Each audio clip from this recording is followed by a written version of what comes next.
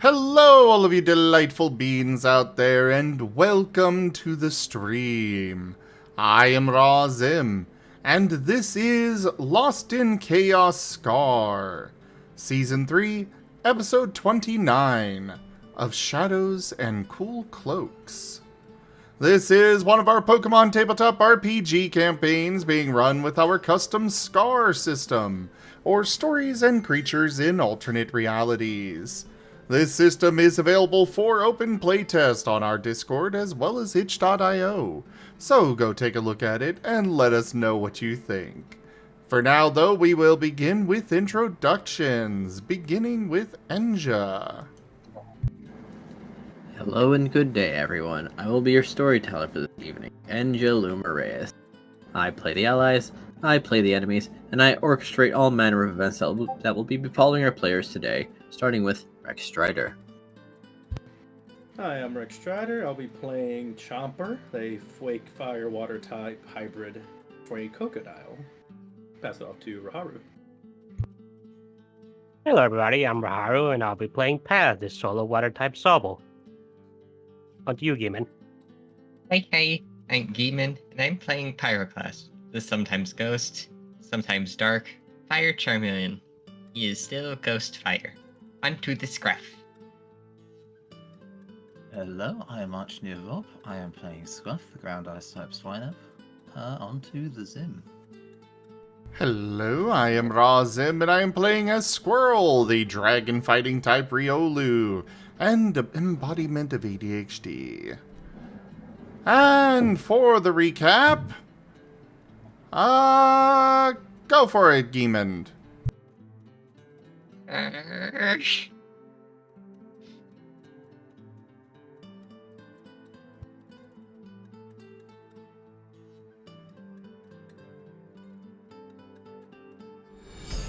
generous bestowal. Gimund _ tipped $10, tradition.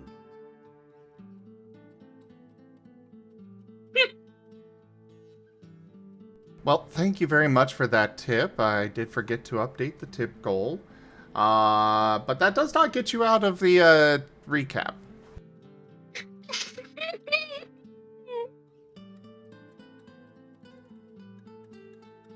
You need some help, Gimund? I think it started with, Chomper and Squirrel leaving the school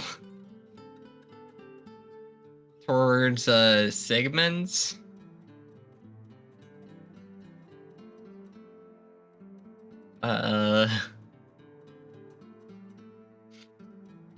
Yeah.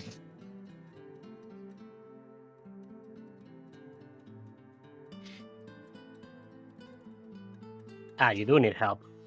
Yeah. Okay, so yeah, it did started with Squirrel and Chomper leaving the school because they were getting ready for their interdimensional travel with Tree. Yeah. And they ended up going to Sigmus's house. Meanwhile, Paz, Casa, and Vane were off to go seek Sigmund for different reasons. Yeah, that's the part I didn't remember. Yeah, Paz went to see Sigmund because whatchamacallit, his boy Parasite is kind of acting strangely. At what point he got a memory, but it didn't manifest, and and another point he got another memory, and it did manifest. So he's wondering what the heck is going on with that. According to Sigmund, it might be that Wade summoning his weapon might have just accidentally hurt the parasite inside of his body. So it's kind of. So it seems to be kind of weaker than the others.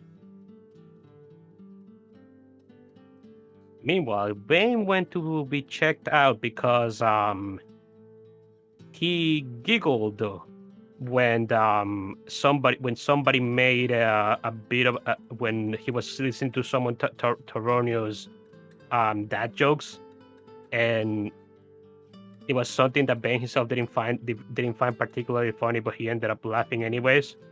So that's something that he wanted to see get checked. And as it turns out, apparently Noah and the Shadower. yeah, apparently during their date, Noah's essence got transferred from Casa into Bane's shadow. And I believe and it's kind of affecting Bane in some sense. Hence, Noah found it funny, so Bane ended up laughing on Noah's behalf. And I believe Casa also got checked out for something, but I don't remember for what. Casa was drunk that entire time. Yes. yeah.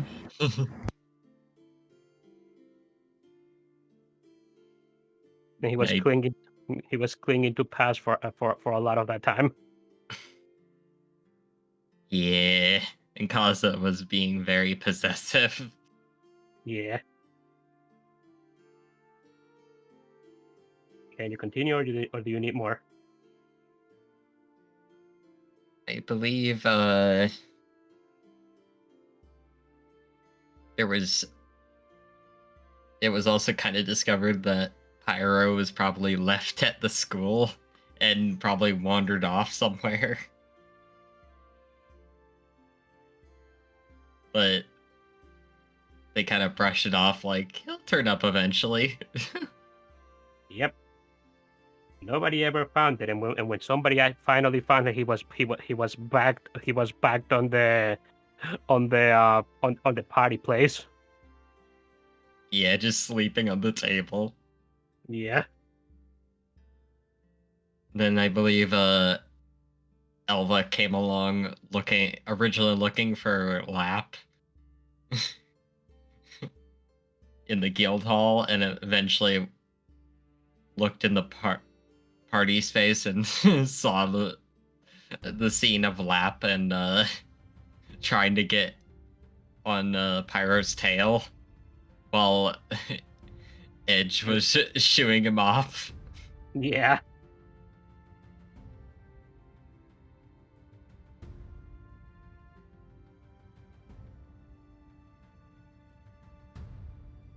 And then Elva. Oh, I believe there was also Vex showed up as well. So Bex was with Elba, but yeah, Elba ended up saving Pyroclast from drowning while he was asleep. Because Bex was about to make him drink water through the nose. Yeah. I believe there was also a bit where Squirrel wanted to start working on his stuff like right away, but then kind of was realizing it was late because of the time dilation. Yeah. We were in market day for way long, but we apparently came back just like 10 seconds afterwards from when we left. Yeah.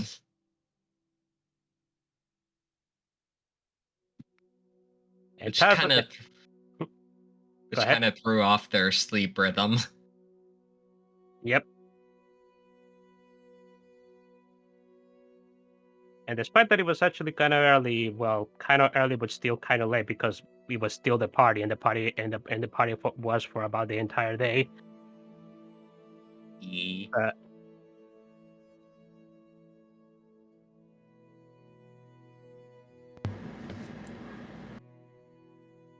Well then. Then Alpha eventually carried Pyro to his room where Squirrel was asleep, but Chomper was still awake. They had a brief discussion.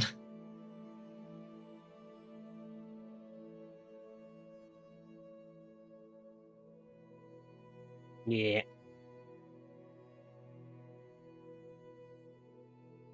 What was it? What was the discussion about? I don't remember.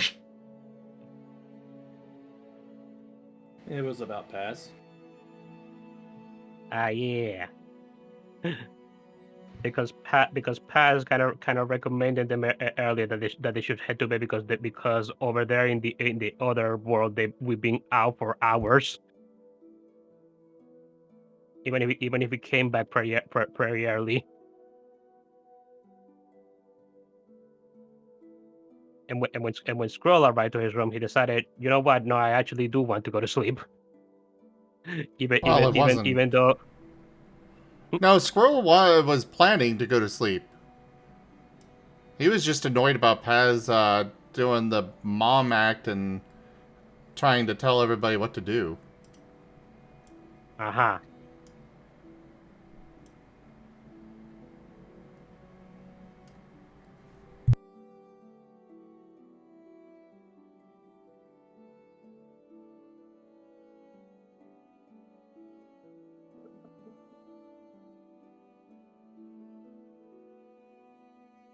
Yeah, and there may have been something with Scruff after that. Scruff had a memory. That's what it was. The hit the shadow, learn a recipe. Hit the shadow. With Hit the shadow, learn the recipe. Not too happy thinking he was senile in his last life, though.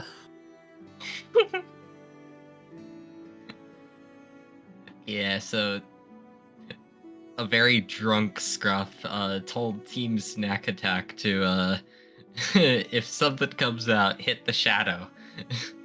And then they got a recipe out of it.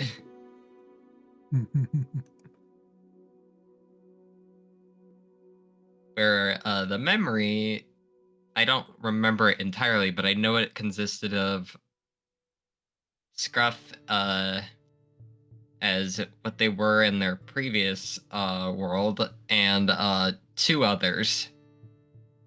With Scruff kind of telling them things about the mountain. Scruff having an in-depth conversation with two people behind him, and having little soothing over arguments, and then turning around to offer them bread that he then got the recipe for, but turning around to offer them food to realise that no, actually there's no one there. He's talking to himself on the mountain. Like, he came out of it and his first words were, "Oh great, so I was a senile then. Wonderful."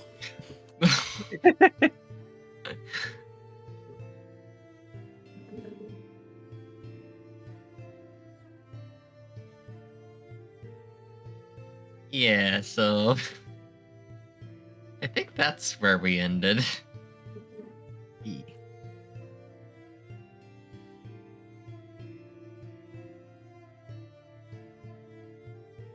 All right, off to you, Enja. Alrighty then, who shall we start with? We're basically starting on the next day, right? Yes. I think that's probably for the best. Yeah. But I actually want to start with doing something with Paz waking up early. Then let us. Yeah. It is time for next date. I'm okay with you doing that, but I think Squirrel would probably wake up first. But go ahead and have the scene anyways. Mm-hmm. They are in separate rooms. Yeah. Just saying, if you do plan on any interaction there, Squirrel's probably waking up first because he went to bed first, and is very excited to get back up and get to work. Oh yeah, fair enough. But yeah, Paz is kind of waking up much earlier than usual himself today, and when he wakes up, his crest is still down. If any of the other team are there in the room for them to notice. Ah, it is Paz then. It is Paz then. Yeah. So yeah, Paz isn't really gonna interact with any of the other team members right there. He is gonna leave the room and he is going to Team Darlax's room.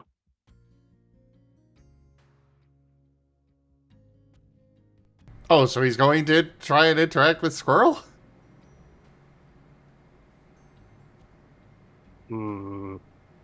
Not exactly. Okay.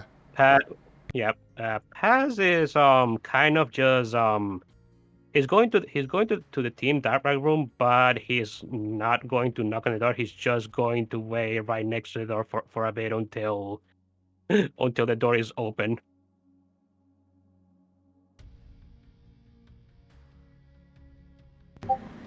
A menacing aura. A menacing. I guess the question is, would Squirrel already be out of the room by then? Or, 'cause I know Chomper would sleep after. Probably wake up after Squirrel. Squirrel's plan was as soon as he gets up, he is going out to find somebody to help him with aura crafting. Okay. Then, for the sake of it, would you say he didn't really close the door behind him? Sure. Well, no, that would be, Squirrel is rather sorry. security conscious. Even if there's not a Then- lock on the door, he would still close it. Fair enough. Sorry, I thought he was talking with me. No, fair enough. No. I guess in that case, Chomper would be in the room alone at the moment, waking up, I guess. I believe think Pyro and Ed were also there. Yeah. What would it be to try and wake up before Squirrel? Good question. Initiative. Probably you should do that with disadvantage or whatever, because Pyroclast is freaking drunk. I don't think that single glass of water is going to help him that much. Hangover. Yeah. It's He was hangover time, drinking Pyro. Chomper's juice throughout the thing, but True. But he still got to That bed helped. after Squirrel. on the head of a pin as well. oh boy. Ah, the Curse of Chestnuts. Oh,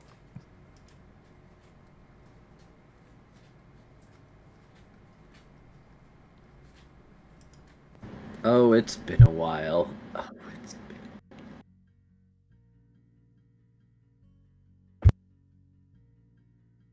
Alright, time to copy the command.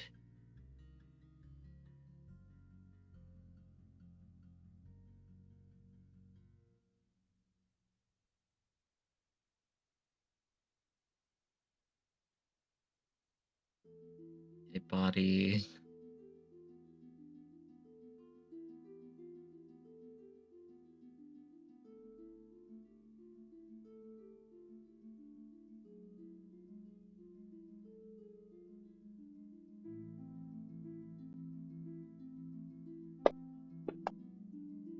Nope.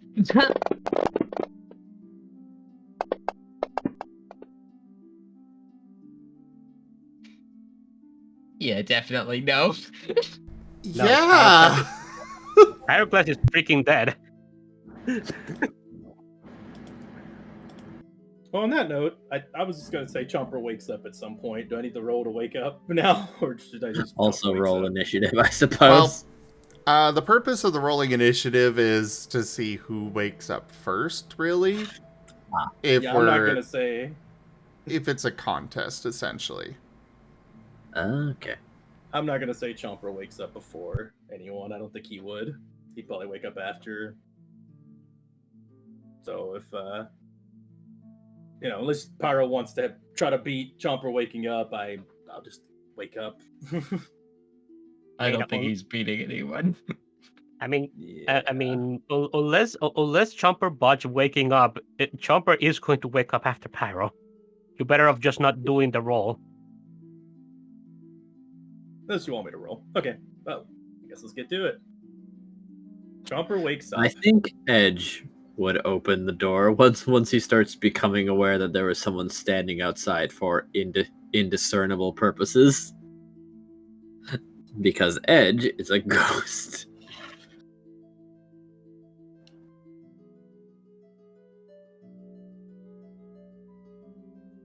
The door slides open and he peers outside.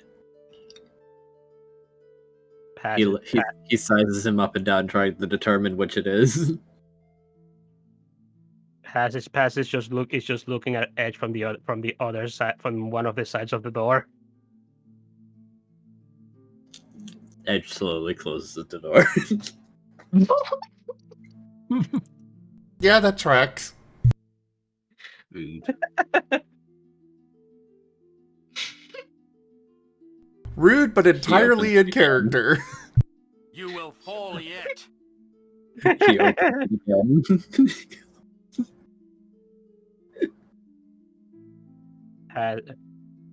Paz just looks at at Edge again and just waves. Oh, you're responding. Okay. Sorry, I thought you were like an aggressive illusion. I thought you were an aggressive. I'm not a Closes the door. He closes. Paz was just about to speak, and then he just closed his mouth again. To be fair, that is Edge. I know. Paz isn't expecting anything more. He's not complaining. He opens the door for a third time. All right, I'm done. You were playing something? I was amusing myself mostly. Okay then. Is Chopper awake? No. Okay. Oh, I know. I've heard stories about you guys. Hold on.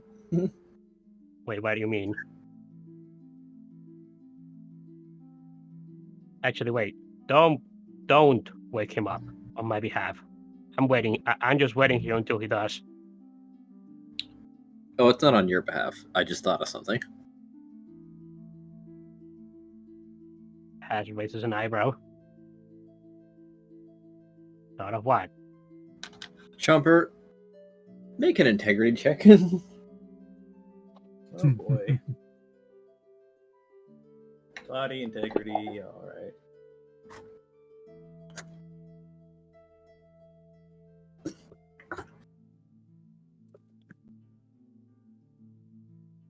Whenever Fantasy Grounds decides to finish loading. Yes, roll 11 understandable. Well, unfortunately, Edge rolled exceptionally high, so it might not matter very much.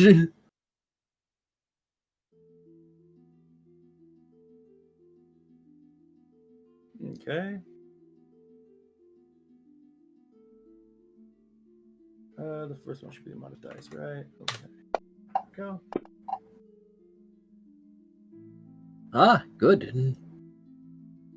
This will still hurt, as he has tossed a chestnut upon the base of your tail.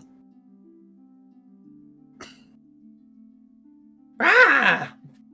Jumper gets up with a start. Looks around, flicking their tail a bit until they see the possible stuck chestnut. Oh! Did I eat in bed again? Jumper picks Morning. it off. Morning! Ah. Yeah, I don't know where it came from. Anyway, there's someone waiting for you.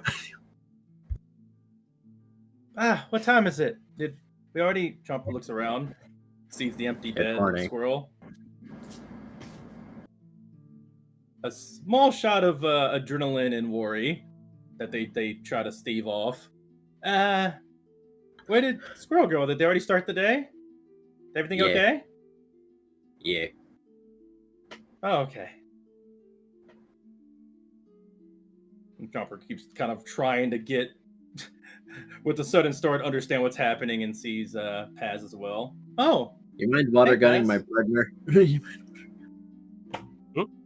what was that? I hear you're supposed to get extra hydrated after you get drunk. Oh, I didn't really drink too much. I didn't really drink that much. No, not you. Him. Oh. Yeah. Hope he feels better when he wakes up. He might be sleeping for a little while longer. Shoot him in the face. Will that help? I don't know. Maybe. I get. Paz, you're the king of shooting people in the face. Do you think that's a good idea? Paz shakes his head. Well, if Paz says no, I don't think we should probably shoot them in the face yet. Okay, shoot him in the mouth then. Water. Looks Just over get. at Paz. Just get him a water cup. But it's nods. It's funny though. It's funny though. Paz narrows his eyes as he proceeds to aim one of his finger gun at edge. Jumper brings the water over to Pyro and kind of sets it beside the table. Okay, we are now we have now resumed neutrality. You put that finger down. Paz puts the finger down.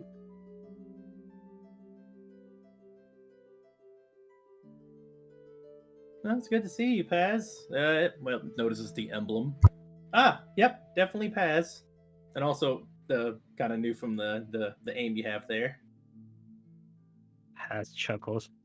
Well, I'm glad that you recognize me. that usually took you a while before.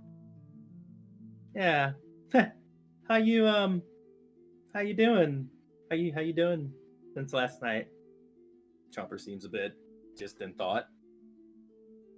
Honestly, I'm doing great. Good. Yesterday was a pretty good day.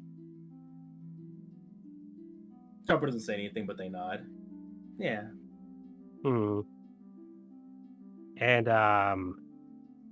well, I kind of wanted to I kind of wanted to come and chat with you about something, Chomper. Do you think you could come with me? Chomper looks over at Squirrel's bed again. If it won't take too long, I kind of want to make sure I catch up to Squirrel. Don't know where he's at, but sure. Paz is going to kind of narrow his eyes at that. Squirrel is going to be fine. You don't have to be whatchamacallit, running behind his tail all day, you know.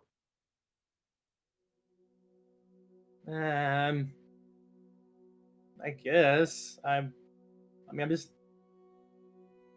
really happy he's back, and well, you saw what happened with. Yeah, let's start walking. Yeah. Paz is gonna beckon to Chomper. He's going to head off to where the baths are at. An easy enough room to find. They're large and very accessible. Yeah.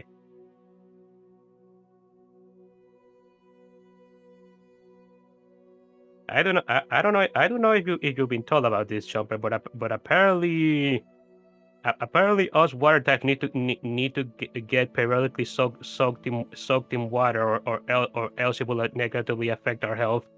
And it seems I've been neglecting that myself. Oh, I kind of did some meditating stuff, and I found I didn't really like being underwater, but I guess you may be right. Maybe I do need to just at least get more water on me, I suppose. Also, hey, Tal. Welcome. Hello, sorry. Welcome. Had some stuff going on, but I'm here. Fashionably late. No worries. Quick recap on what has happened thus far. Paz woke up Well, no. First, Squall woke up and he went off to try and find somebody to help him with his aura thing. What was it called exactly?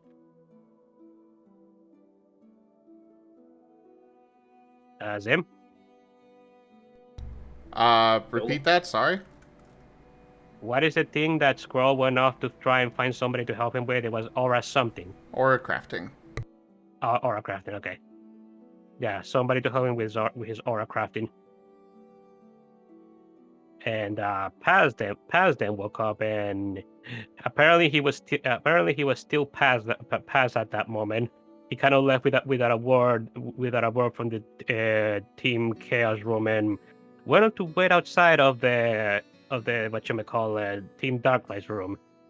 Then Edge was the one that woke up and was realized that Paz was waiting outside, and he opened and closed the door on Paz 3 times because he was just bored. And then he tossed a chestnut at Chomper's tail because the chestnut card was played. Ah. Yeah, and that woke up Chomper. So Edge has chose violence, got it. Yes. Surprise, surprise. A bit of banter happened. We gave Pyroclast a glass of water because he's freaking drunk and he hasn't woken up yet. And then Paz asked Chomper that he'd like to have a talk with him, and he has brought him to where the baths are. Partly because Paz is trying to follow the advice that Sigmund gave him last night. And since Chomper is also aware that he thought that he might bring him along because of the same reason. Fair. I feel caught up. Huzzah. Mm-hmm. Yeah. So. Yeah, maybe so. Even if you're not that attuned to water, I mean, it could still affect your health negatively, and I wouldn't want that to happen. So, what don't we just take a bit of a soak? Doesn't have to be for too long. Yeah. Honestly, it might do me good. Sure. Chomper goes to kind of sit and settle in and bends a bit, and you hear like a bit of a grunt from them. Chomper just laughs and giggles it off. Sit down. Paz is gonna take off his tie and put her in a rack somewhere before he decides to jumping into one of the bathtubs.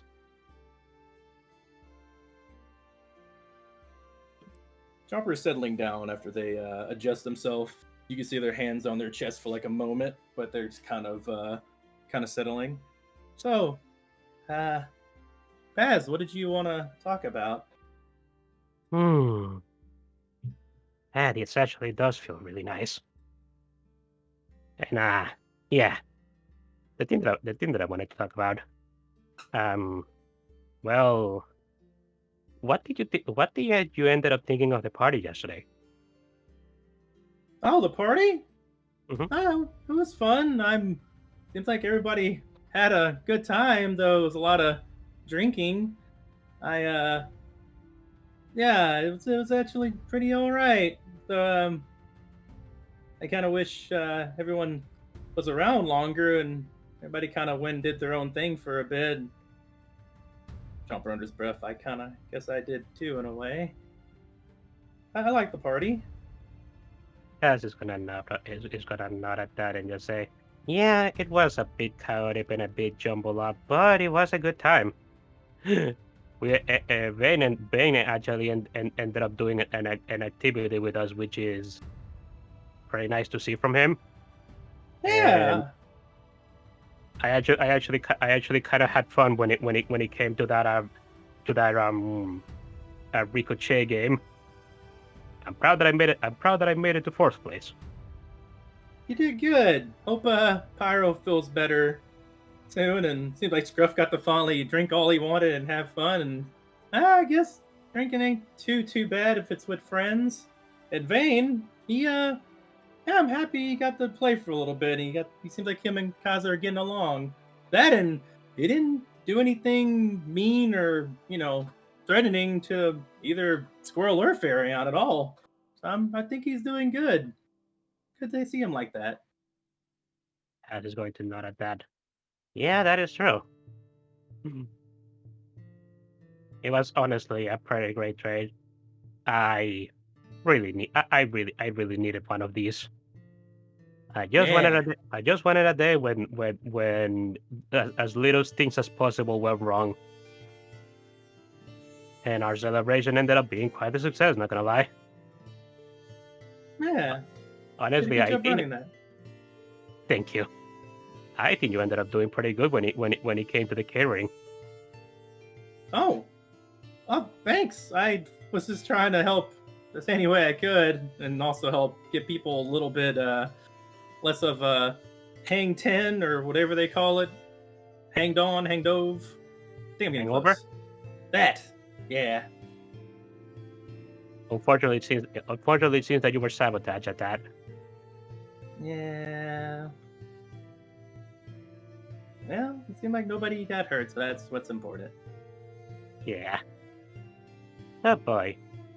Cass's other relative was quite a handful, wasn't she? Oh, yeah. Jumper gets kind of lost in thought for a moment. Oh, you remember seeing how Squirrel did during the tournament? When he almost won that too. He really tried hard. It was Bane and him as the last two, wasn't it? Yeah, they're in the finals. Oh man. I like to see them doing a team game like that. Gives me hope that we can all be friends sometime in the future. Has is going to shot at that. I don't know. Maybe.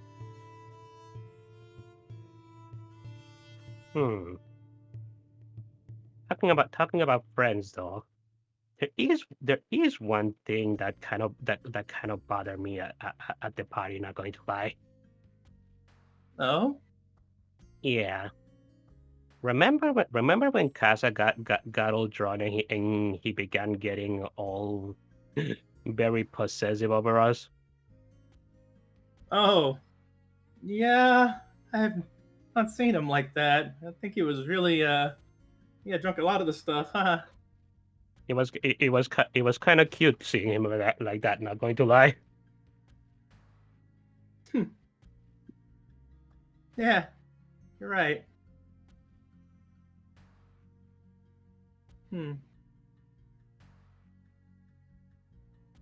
What did you think about that?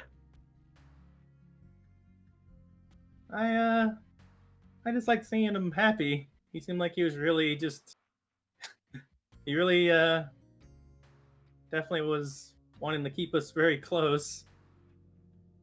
Kinda I wish I stuck around a little bit longer for that. It's not that you branching it. Yeah, I was about to say, why did you end up spoiling the mood there? I did I. Sorry if I did. Yeah, Chumper, I'm not going to lie. Me and Scruff kind of chastised you for it, but Casa was kind of just trying to do something with us. You saw what he was saying, no? He was calling us his team. He was calling us his. And we were all just letting him do it because, well, it was making him happy in that drunken stupor of his. But you ended up just saying that. I mean, I don't remember exactly what you said, but you basically said that you needed to go because you wanted to go see Squirrel. Chopper has his head down a little bit and just kind of pushing the water with his claws. Yeah, it just reminded me that he wasn't there. He wasn't with us, and I think of all of us as a team. So I was feeling like he could use a friend or somebody with him. It's my fault, I know. I can understand that, Jumper, but he was the one that left the party early. It's just. I mean, I just going to say it out loud. When somebody's trying to have a bit of a moment with you, the last thing they probably want to hear is hearing how much you want to be with somebody else. Even if Kaza didn't show it, that probably hurt him to some extent. Yeah. I'm sorry about that. I want to spend more time with all of you. I see him kind of, pushed away because he's either not sure about people at the party, maybe the assassins, or he doesn't feel like he belongs, and I just want to help him feel belonged, and I just want to help. And yeah. I mean, I can understand that, Chomper, but you shouldn't be doing that at the cost of yourself. Like, I think you should have just waited until Kaza finished to then go see Squirrel. It didn't have to be like that. Trumper just nods. And look, I do understand that you're kind of how should I say this? It isn't just that you're worried for Squirrel, is it? It is also I do believe that it is also because he's kind of actually finally paying attention to you after ignoring you for some time. Trumper shakes his head. I don't think he ignores me. I just think he's dealing with a lot, and like this feeling right now that I'm going through, I feel like I messed up and I did bad and I wasn't trying to, and I feel bad. I feel like you're telling me that I'm just doing bad even though I didn't try to do bad, right? But you're trying to tell me that I need to work on, being careful about others' feelings or being careful about myself, what I'm doing. Pass is going to nod. I mean, you're the one that's always talking about friendship and stuff. I think you'll be more cognizant of that.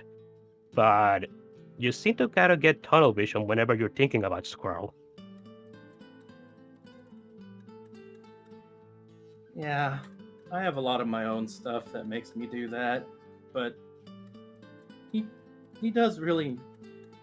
I really want to give him a good friend. I want to be a good friend, and it's scary because, well, I mean, I'm seeing you trying to do the same thing right here, and well, like yesterday, you told him to sleep, but he saw you as just, being just bossy. And I know, you tell me, Paz, were you just trying to help him when you said that? To sleep?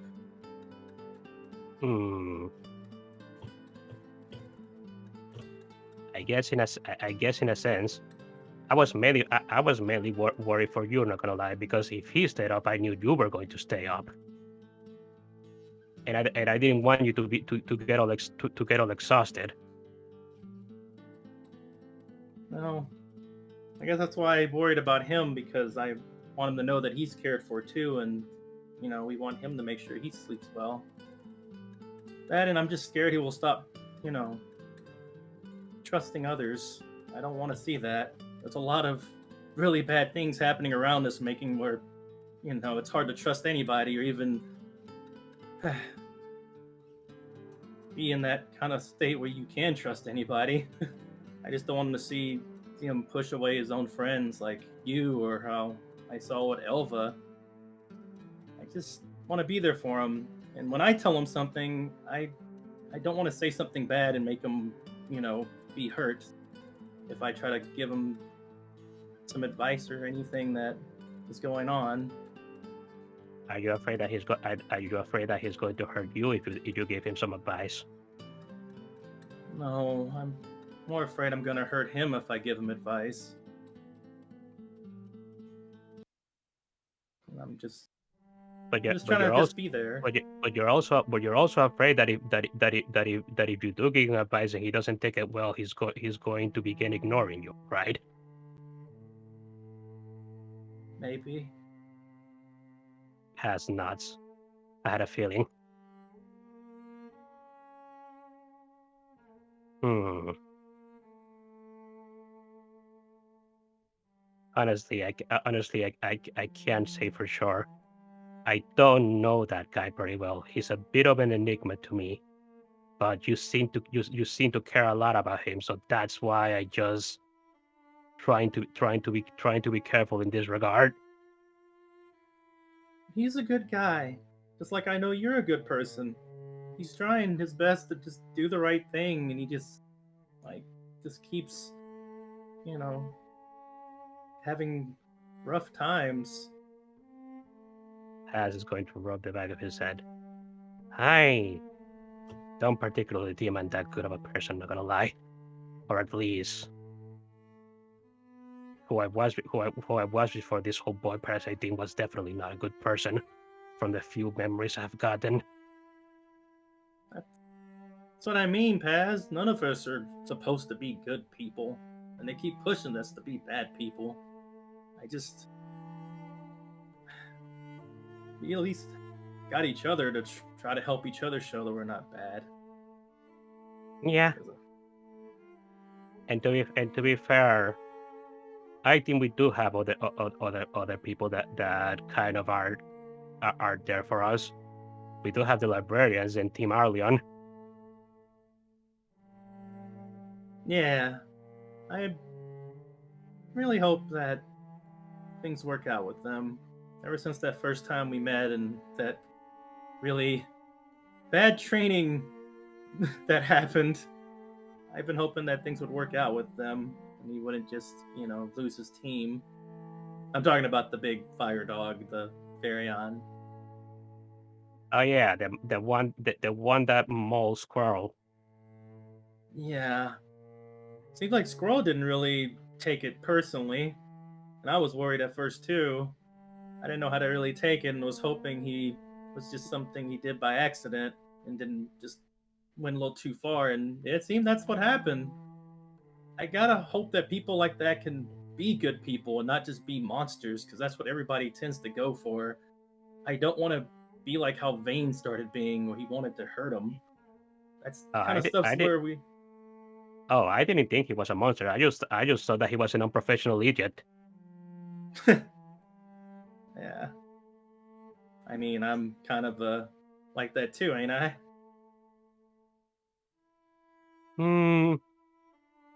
Kinda, but I don't ever see you hurting somebody by accident like that. You don't get enraged like that easily.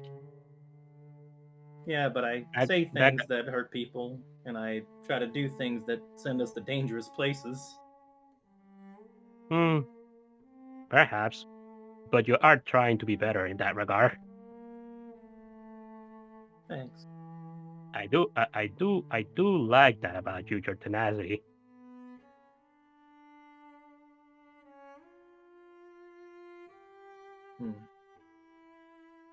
I feel like a fool sometimes for it. I just believe in people too much when I know that that's not how the world works. I want to keep trying. Having blind faith in people is a liability, but it is I don't think it's exactly bad to try and be hopeful for something good. If that makes sense. Trumper nods.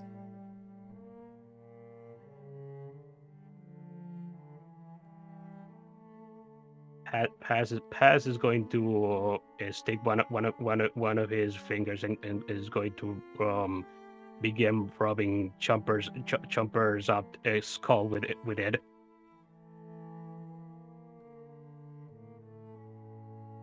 Chomper kind of sighs and just sits there and leans back a little bit. Are you enjoying the soak? Yeah, it's definitely helping with the stress a bit. That's good. It's honestly feeling great. It's honestly feeling great for me. I really need to do this more often. I'm not sure why I didn't. I suppose things have just been so. I suppose things have just been so crazy around us that the simple things were escaping me. To be honest, though, I think talking's helping a lot more. Kind of like when we had back when I had a bit of a soak with Kaza at the Treeway. Mm. Wish we could do that more. Just have a calm soak and a talk. Paz is going to nod. Yeah, not gonna lie. I would I if I could help it, I would do this way more often. Just relaxing in calm waters. Probably some company and just talking about stuff. Just imagining is making me relax. Yeah. I think I'll do this more, maybe myself, and write stuff down. I really want to plan what I'm going to say, because I don't want to have everything comes at me in a rush. Too many thoughts, too many things, but I really want to make sure I'm clear about what I'm saying, especially because I don't want to hurt anyone, like I did Samantha, or like I did others. I think you and Samantha are even by this point. Yeah, I think so too. I just really want to make sure that I don't, well, do what I did, what you just said, and blur out things without thinking. Yeah.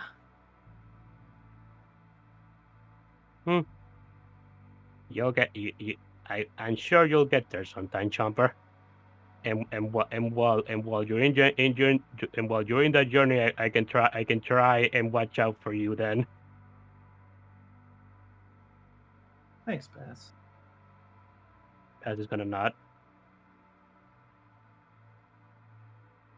By the way, after this is over, I'm going back to sleep.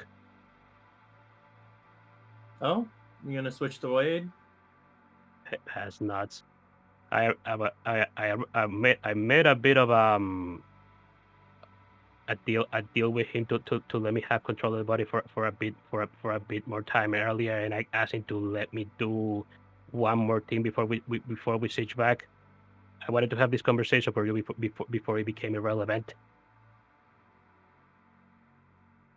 But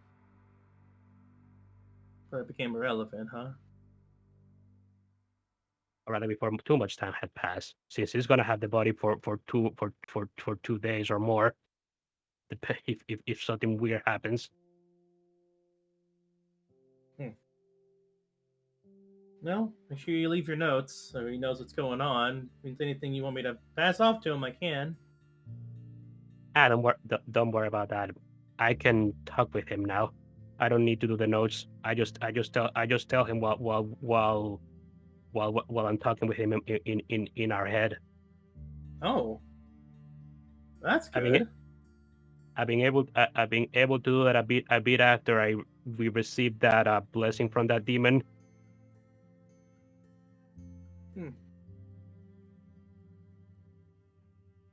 Honestly, it's much more convenient. I don't have to continuously write stuff, write my entire day while it's actively happening.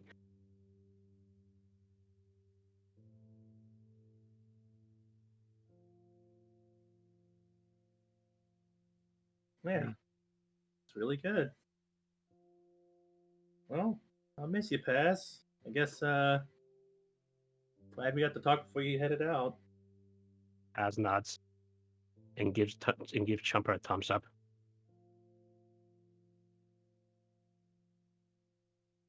I hope that the day goes well. I hope the day goes well today. Whatever happens. Trumper nods. Yeah, me too. I'll try to work out my thoughts and whatnot. I just want to make sure things go well for everybody. And I I don't want to also lose any of you as well. I just want to make sure Squirrel still feels included and still help him too. I need to try to be able to talk to him too more. Hmm. Well, if you want him to feel included, you may need to try and convince him not to exclude himself, because he seems to do that a lot. He just kind of end up and left the party early.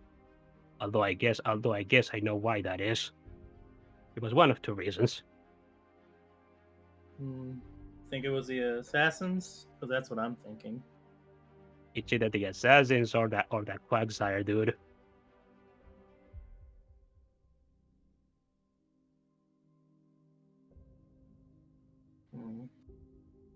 Just want him to feel safe and like he has a friend.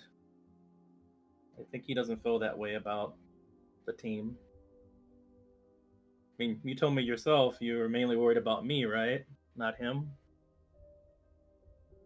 Well, yes, because he's not part of the team at the moment. I think that's really hurting him. And he's even pushing his own team like Elva now.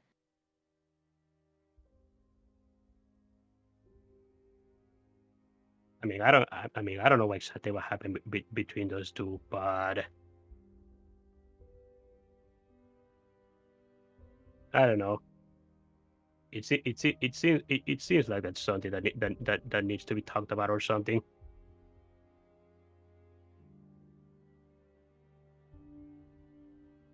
Because that just seems bizarre.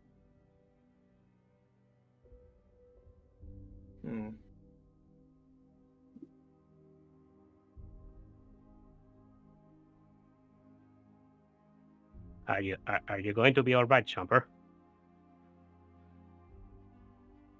Chomper nods. Yeah, Okay, I good. just need to think about it more. Plan it out or something. I just want to make sure he doesn't feel like I'm doing the same thing and being a bossy parent. Pass, or please. that I think he's bad or something. Bossy parent.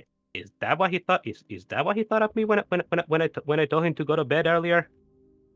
Huh? Yes. Oh. I mean, you do start sounding pretty bossy when you start telling people what to do. But I know you mean well. Just going to narrow his eyes. I mean, I mean, Chomper, both you and Squirrel have trouble sleeping. Why would I not try to remind you to please go to bed? Yeah, I know. Because if it was up to him, you guys would be pulling an all-nighter. An all-nighter. Well, funny story. He actually went to sleep as soon as he got to bed. He just didn't want to, let you in because you're being bossy. Paz is going to narrow his eyes in an "Are you serious?" expression. Yep.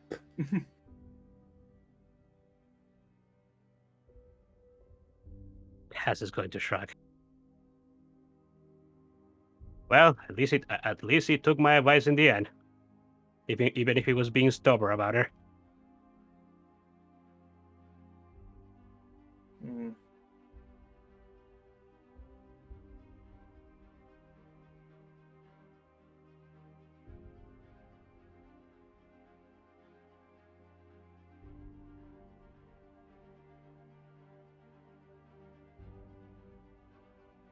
Paz is going to rub one of his cheeks.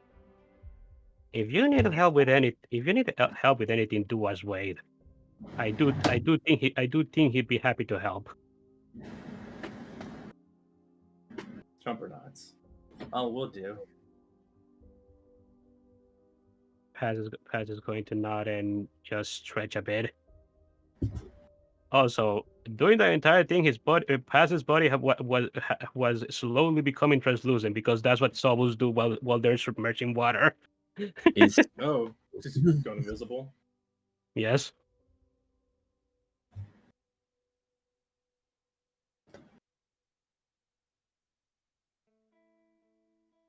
Well, I think I'm going to be staying here for a while longer. If you wanna go now, you can. The water type discovers they like soaking. Shock and awe. Shock. Yeah. I'll stay here for just another minute or two, a little bit, then I'll head out, see where Squirrel's at. Okay, sounds good.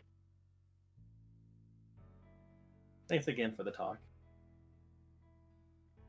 It's a pleasure.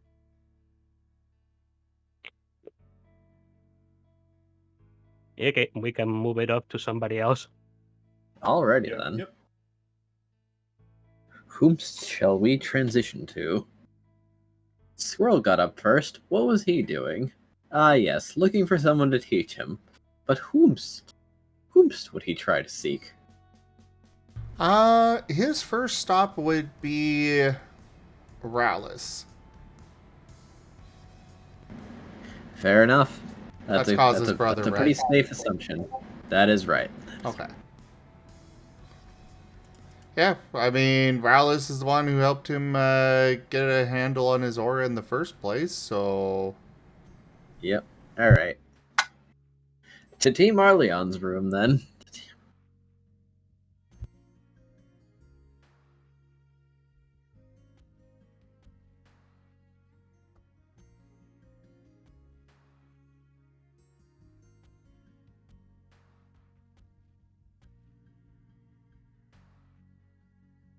Knock, knock, knock. Tap, tap, tap.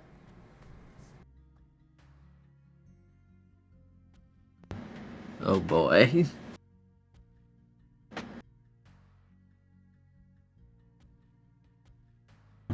Alright.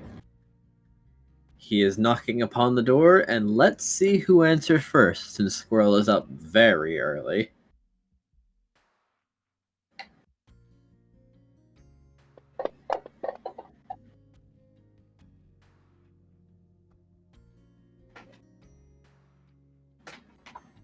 Tella answers the door. Tella is the Arbok. Thank you. You have received snack. It's a big snake. It's a big snake. It's Very okay. purple. It is not Narashi. He has a chance of living. That is very true. Tella is a female. So is Narashi. Yeah, it shows Narashi. His chance of survival has just plummeted with the fact that she is female. Well,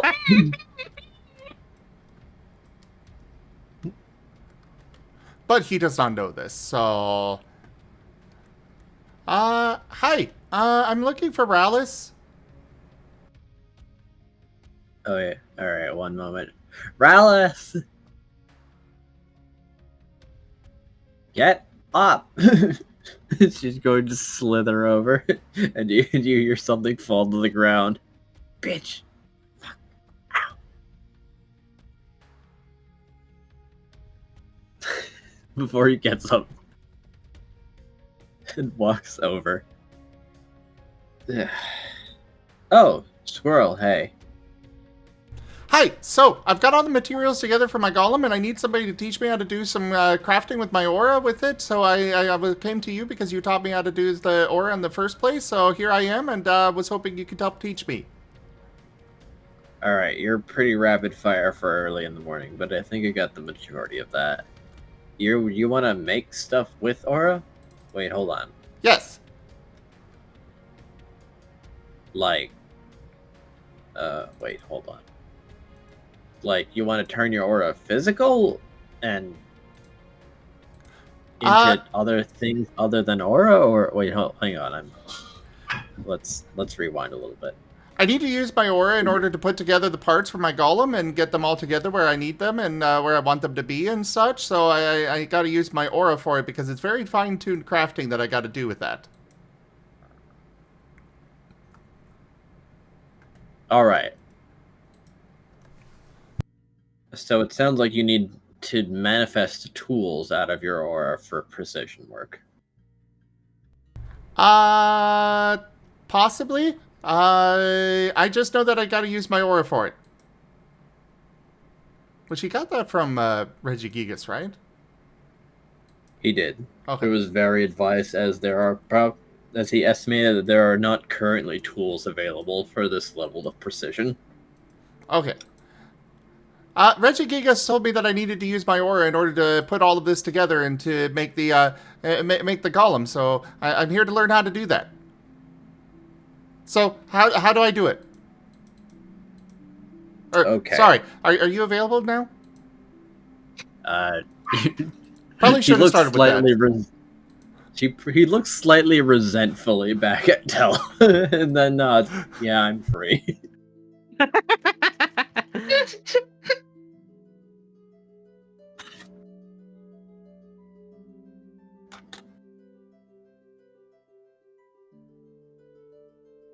All right. Well, there's a few prerequisite steps. First, you're gonna have to figure out about aura usage in general, and following that, aura manifestation, and then we can start trying to focus it into specific sustainable shapes. So it's a bit of a 3-step training process. Okay, great. Well, then let's go and get started. This is gonna be my afternoon. All right. Let's just get to it then. Oh, So, that sweet to a summer training field? child. He thinks it's only his afternoon.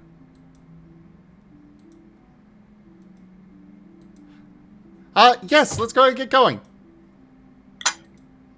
And he's taking off running.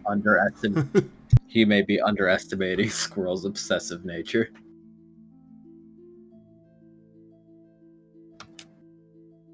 Hello, Squirrel is dragon. As he'll follow him to a training field.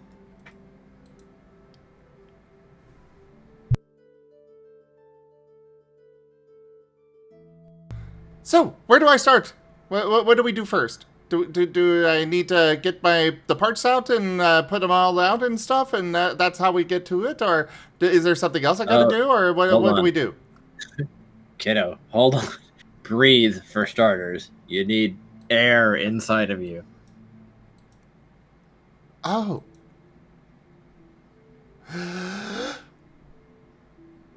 Okay, so I breathe. So now do I get to start with this, or what do we start with?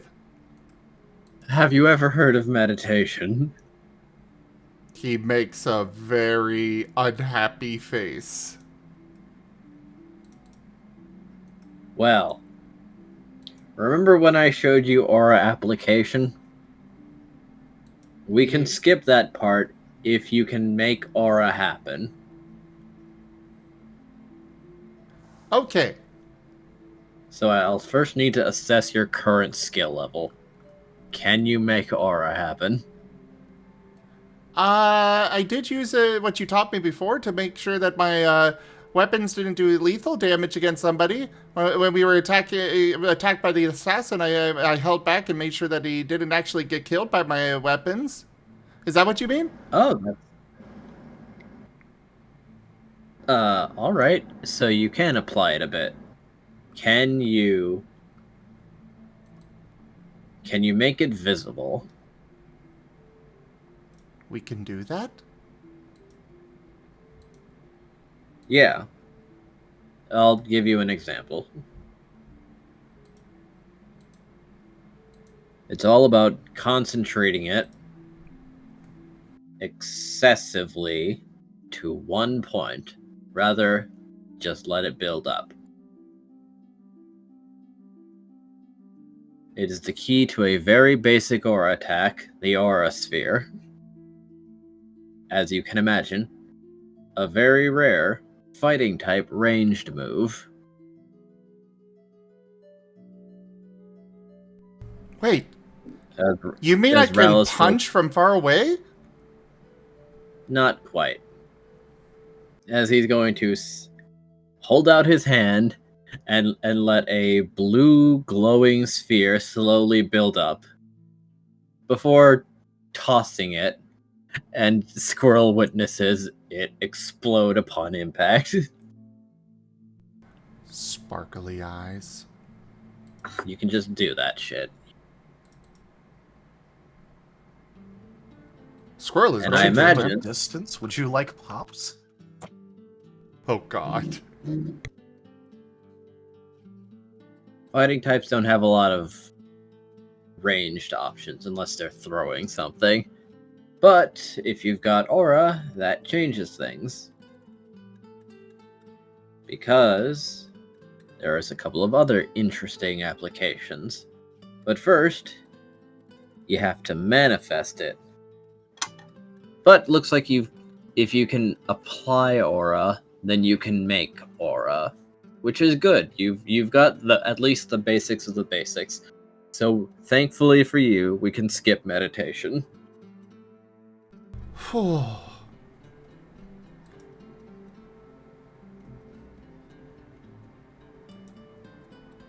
His relief at that is immeasurable. Yes, Rallis is letting him not go over the most boring of the fundamentals.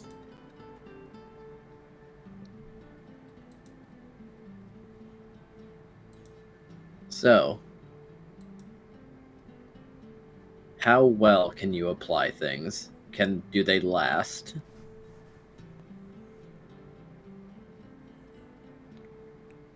I mean, I haven't really tried much with it yet.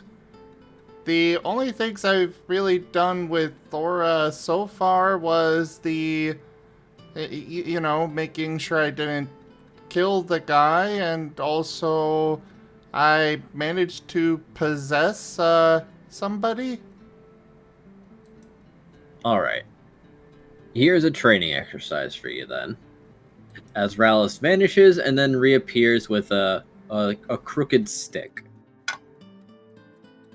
Now take out your weapon. Or your whatever you want to swing. He will pull out his hammer axe. Okay. Now I need you to break this stick. He will blink With the and weapon. make a swing for it. As he's swinging, as the weapon is approaching the stick, it is covered in that same blue glow. Make a power check. Or rather, make a damage roll with the weapon. No, a power check is the correct term. Yeah, you used the Right, sorry. proper term there. Yeah, people just tend to not actually call it power check. Yes, sorry. A lot of people will say roll 4 damage, which is also correct because you're rolling a power check to see your damage. Yeah, I've been reading the document again, and I just wondered if I might confuse someone. Technically, the term what you used was the proper term. It's just a lot of people don't wind up using It's it. the most correct term. Rolling 4 damage is also correct, but you roll the power check to see what your damage is. I'm good with that. We'll stick with the 8. All right. You swing mightily, and you hit the stick. But there's a lot more resistance than there should be for a piece of wood, but there is a crack.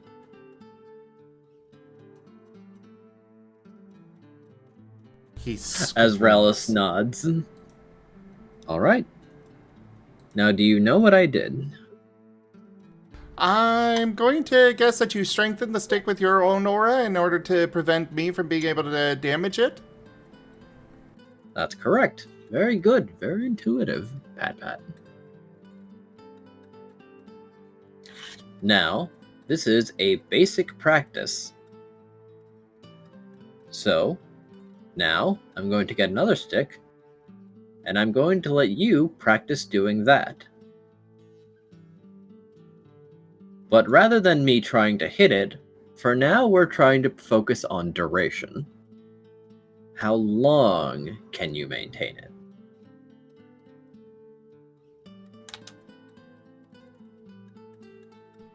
Okay. I think I see what you mean. Okay. Yeah, let's try it. Yeah, because if we're going to make tools out of your aura, first we've got to make sure that they don't vanish mid-use. And then once we build up a reservoir, the other steps should start coming a bit easier.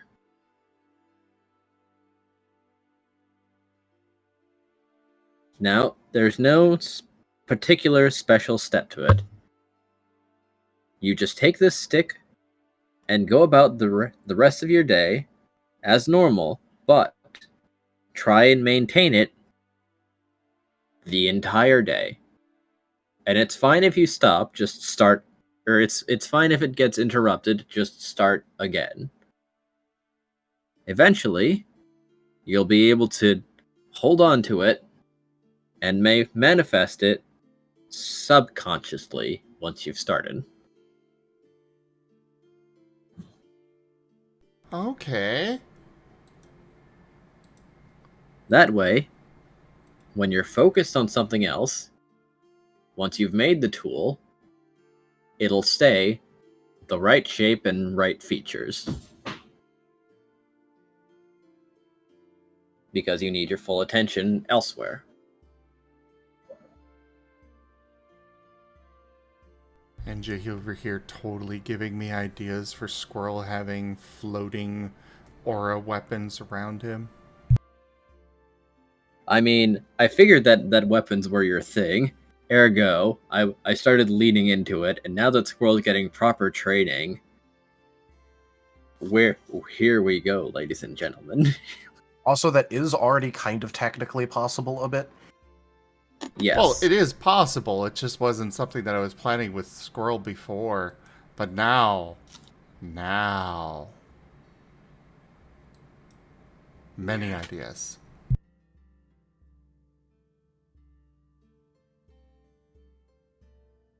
Welcome to the world of training, Squirrel. Your mentors are your assigned mentors for reasons. They have actual valuable things to share. Well, he's known that. At least since Rallis helped him in the first place. True enough.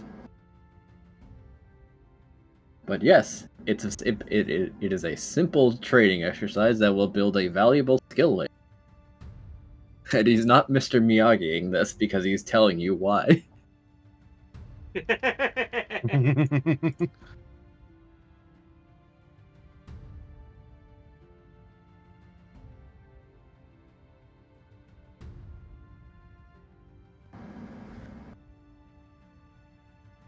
Oh, and if the stick breaks, just come by. He'll like get him another one.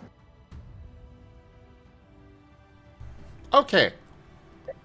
So, what do you want me to roll for this then? I think it would be an integrity check based on mind.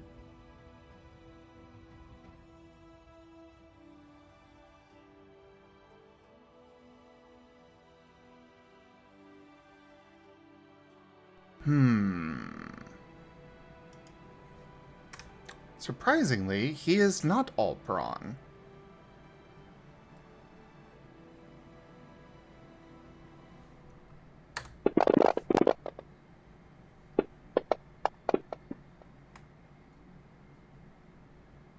Ew.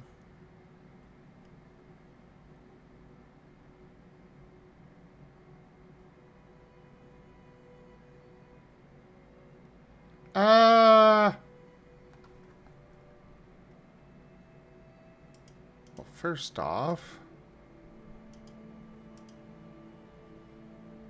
Enja, would you say, the meal that Squirrel had at the party was a good meal? I would. I think everyone had a good meal at that party, even if they got drunk. Cool. I think being drunk might be, like, one of the best parts for Scruff. That might be a qualifier for Squirrel. Well, I am going to willpower this then.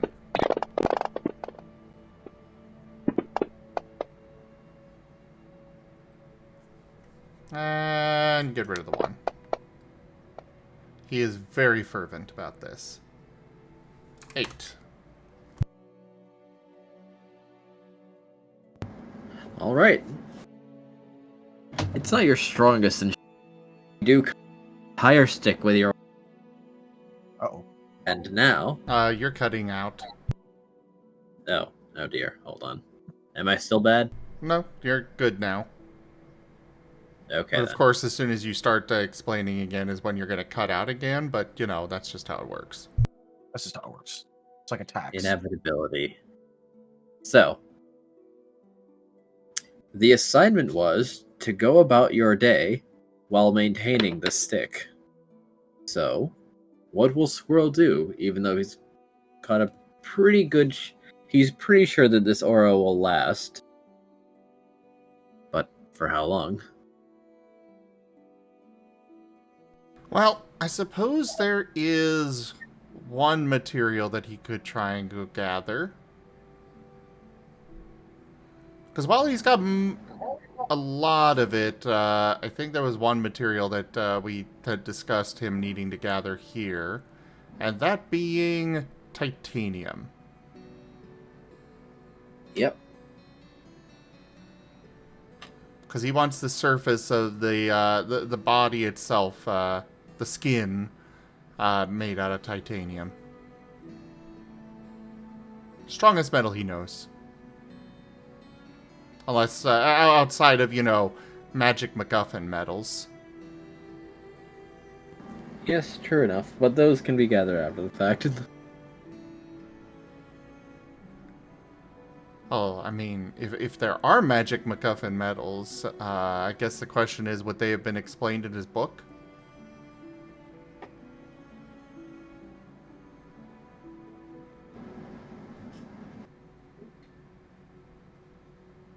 Also, on that Probably note... not. Okay. Also, on that note, we should probably figure out how much he actually spent on that.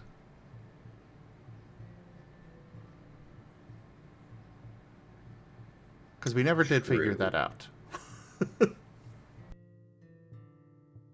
We can go over that at off stream. Yeah, That is probably best stuff off stream. I thought you guys did that already, so I didn't even like ask because, like, you know, it's Squirrel's money anyway. So what does it matter? Well, I got an affirmative that Squirrel had enough for what he needed, but you know, it was just that ambiguous. Yeah, he's got enough. That could be, yeah, he spent all of it, or he's got extra left over, or, yeah, you know.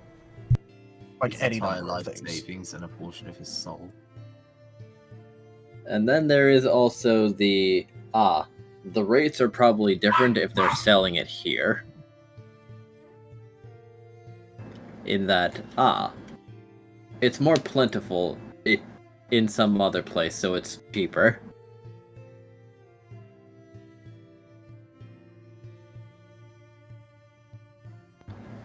Air quotes. This isn't quite as special where we're from, which is why we're selling it. Even if it is market day. That is the good part about it.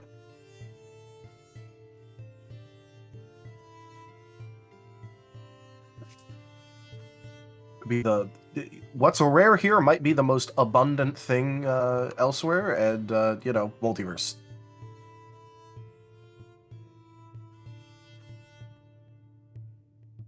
Multiverse. Multiverse.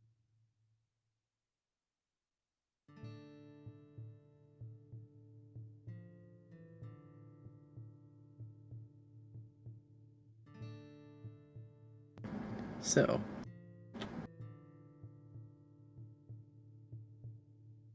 Squirrel will be browsing around the city of Damavon for titanium. Yes. while also trying to, he is specifically attempting to only have it in the back of his head to maintain the aura on the stick. Okay. He is Now- purposely trying to, stress test what Rallis wanted him to do. Fair enough. However, to find this, he will have to engage in conversation. Oh. So, what relevant skill is Squirrel going to employ to try and find out where the titanium is in Domovoy?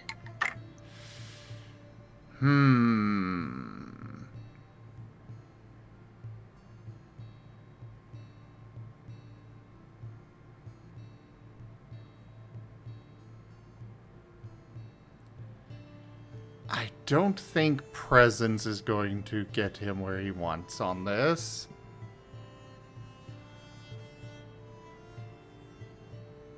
He's going to attempt etiquette. He has no... He has no... Well, actually, no. Investigation would probably be the most fitting here. There are many possibilities. Yeah, we're going to go with investigation. Investigation it is. Roll it. He has a single dot in that.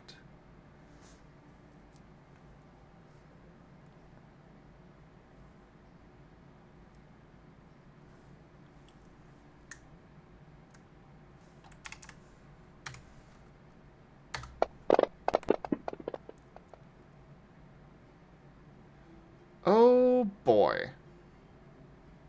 Well, yeah, I'm not going to accept that. But it is pretty fitting that that was the I was about to say, initial roll for him.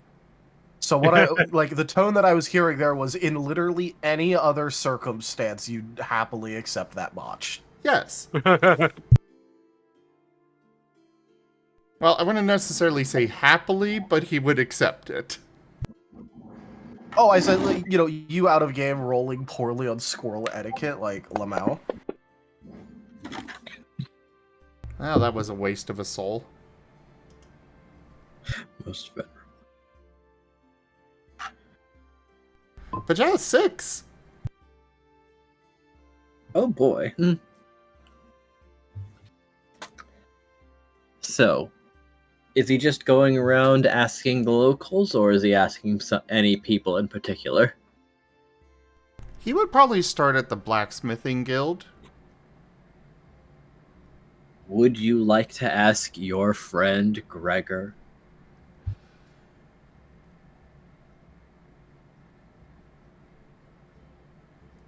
Let me make a roll.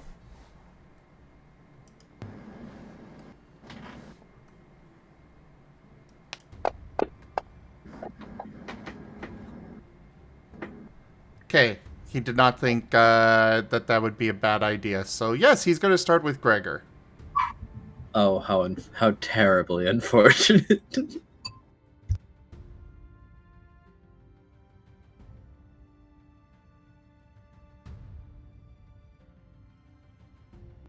Thankfully, you did roll and it sounds like Gregor's your first, so you might not lose concentration, at least completely. But once again, his booming voice is exceptionally loud and it practically shakes your entire being. As he is very happy to engage with you. However,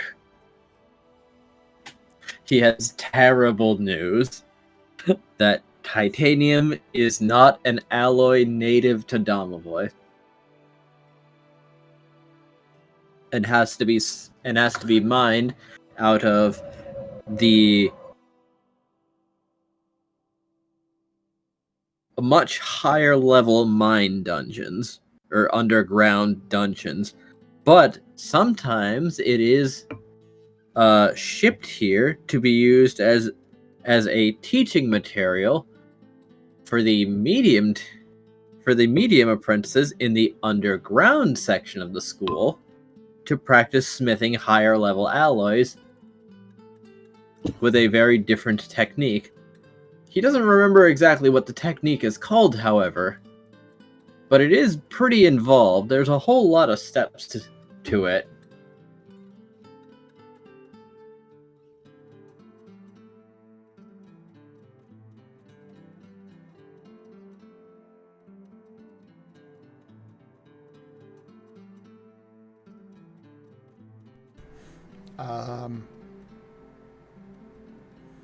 I was doing a quick Google search because I wanted to verify, but titanium's not an alloy. What Sorry. is it? Just an element. Sorry. But there is a lot of refining that goes to it. Yes. Yep. Just like any So metal. I guess but- so all right. Slight misnomer, but it is still not naturally acquired from Domovoy. It is gained out of much higher level underground dungeons. So how can I get it shipped in? Or oh wait, from the dungeons. So I could probably check in the guild.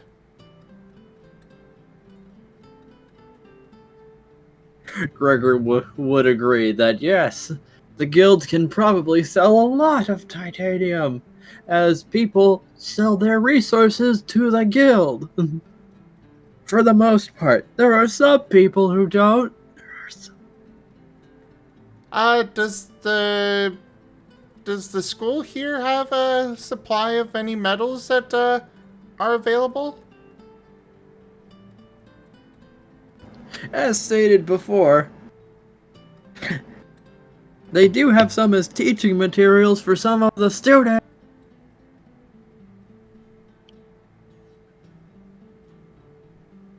But probably not for me to just take. Okay. Well, bye, but you know. Good luck with your things. Good night. Thank you. And he is off to the guild.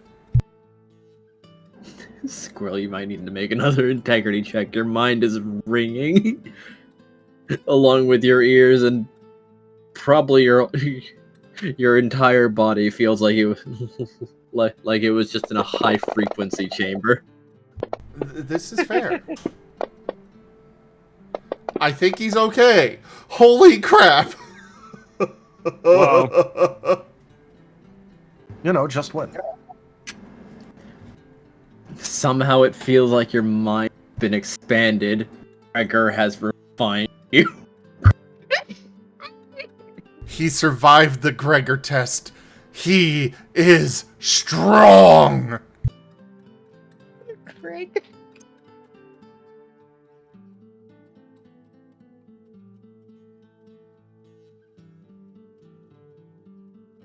No, you're fairly confident that if you can survive Gregor, there's nothing that can break your semi-focus on this.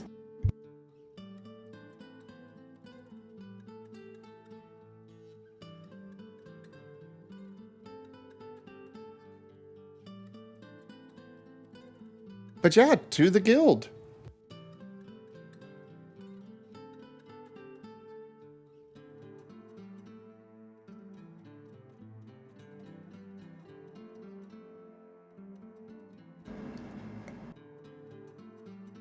Alrighty then. The guild will be a bit interested in your desire to source titanium. And how much exactly are you looking for?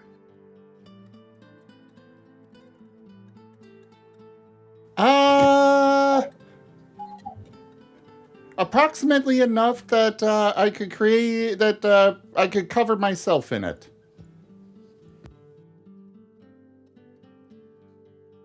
Like in ring mail, or Closer to a solid plate.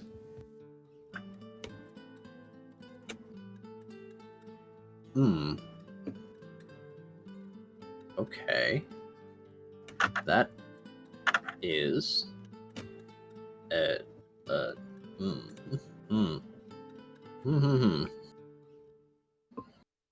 as they are reassessing you, trying to determine how much ore would they need to request to cover a Riolu in full plate.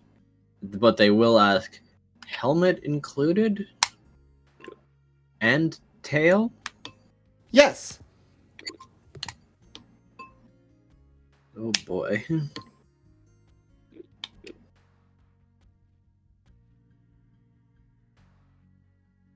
And are you asking for ore or already processed ingots?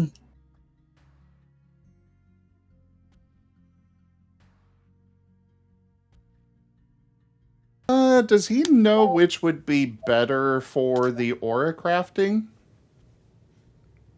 Probably not. Well, ore would be cheaper anyways, so... or at least presumably cheaper. Probably just the ore itself. Okay. Correct decision, though. I was about to say, like, reasonably, you could probably just assume.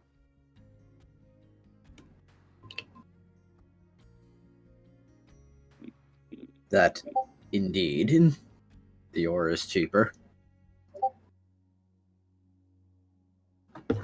Also, give me 1 second. Okay. Go ahead and switch to another scene for a bit here.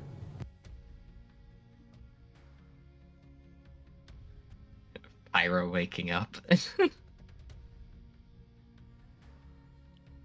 Pyro, rise. Arise.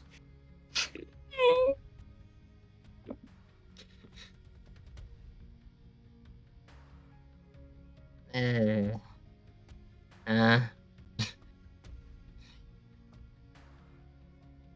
Ed, you here? Yeah, I'm here. Why? Huh?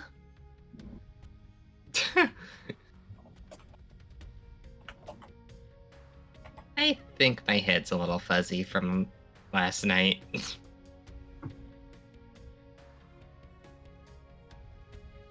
Yeah, I think so. Oh, the way you were going on. Last thing I remember is... Oh. Yeah.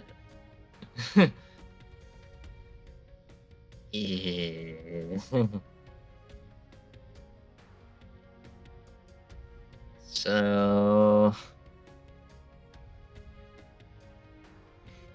As he's looking around, where's... Did Squirrel sleep here last night, or... Oh, he What did. exact... He left already, though. Of course. Is that a problem? I kind of wanted to talk to him. Oh, well, then he's probably at the smithing school or something. Yeah. Or we could just cheat and ask the guild where his badge is. Well, I want to do some other stuff, I guess, then, before that. Probably would help the discussion anyway. Okay. Edge just absolutely like just go, hey, we could bring up information we're really not supposed to know. And ask them for it. Edge. He didn't want to look, so he's gonna out that he has some really secret knowledge, actually. I am back if you want Pyro to run into Squirrel while he's in the guild. He actually would be heading to the reception. Do not underestimate how lazy Edge can be. Oh no, I'm The not. I'm length just he will laughing go about to. it. Like my man really about to go like the bombshell equivalent of, oh yeah, I know what the nuclear codes are. Anyways, can I have a sandwich?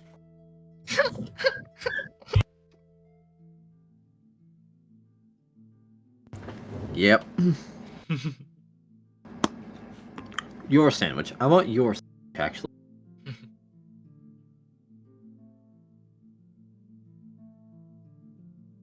Alright. Let's go head to the receptionist, because I want to see if the guild has any, like, danger rankings of, like, places like Etra.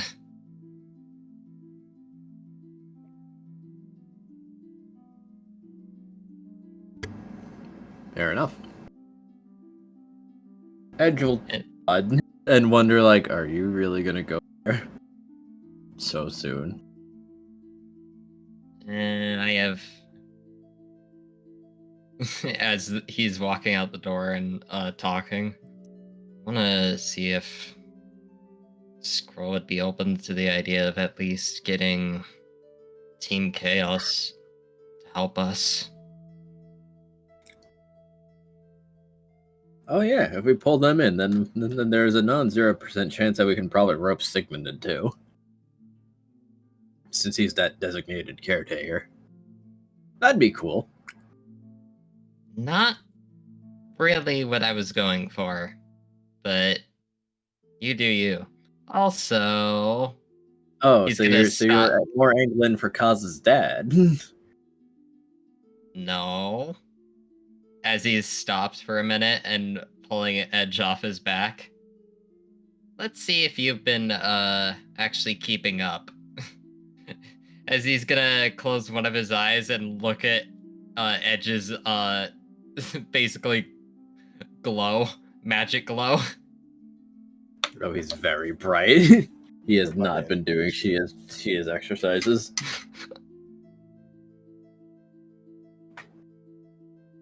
So Edge, I can explain. you do realize I can just check to make sure you're doing the exercises, right? Damn it, fuck. Alright.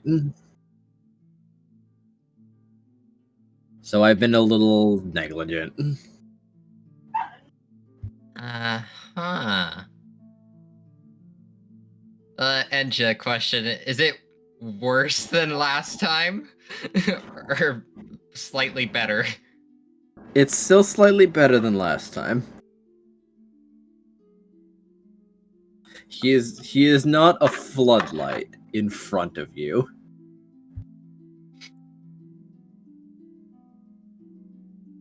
Well, at least it hasn't gotten worse, but definitely could be better.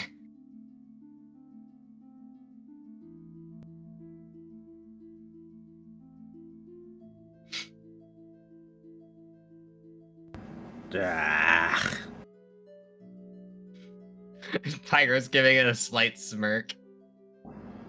Alright, let's head down stairs now.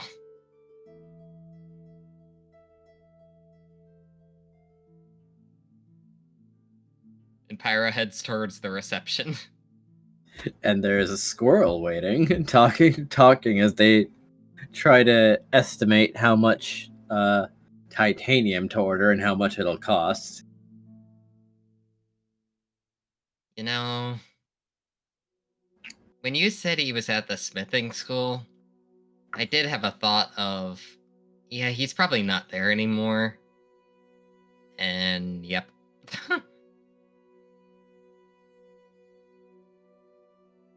And Squirrel he's runs quite- out the front door. Not really. You gonna catch him?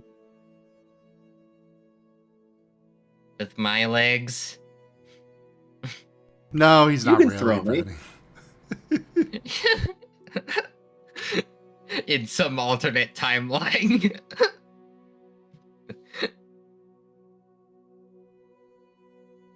Alrighty. Well, I can at least tell him I want to talk now. And Pyro's gonna make his way over. Hey, Squirrel.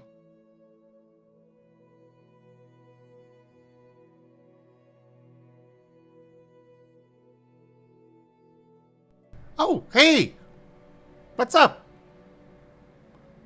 I'm just trying to get a bunch of titanium. That's a metal.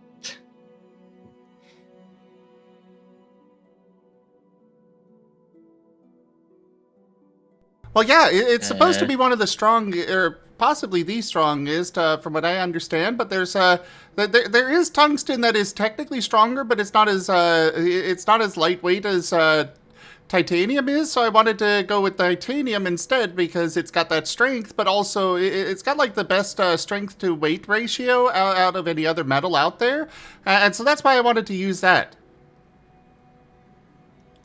Oh. That's interesting for something I want to ask you about later. But, Squirrel, can we, when you're done with your gathering materials, can we have a bit of a team talk about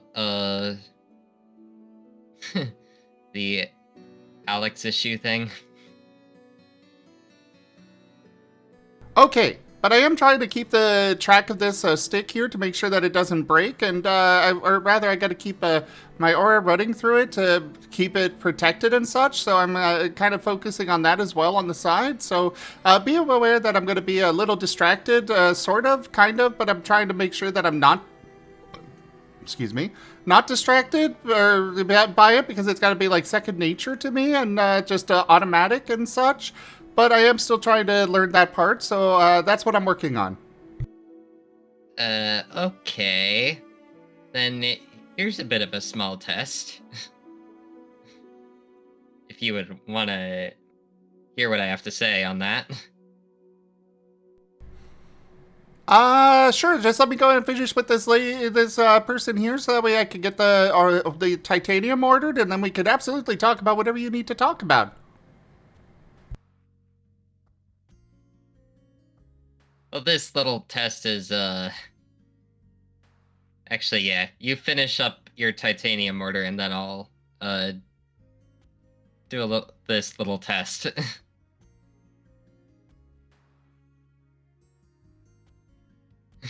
Pyro's gonna let Squirrel finish his order request.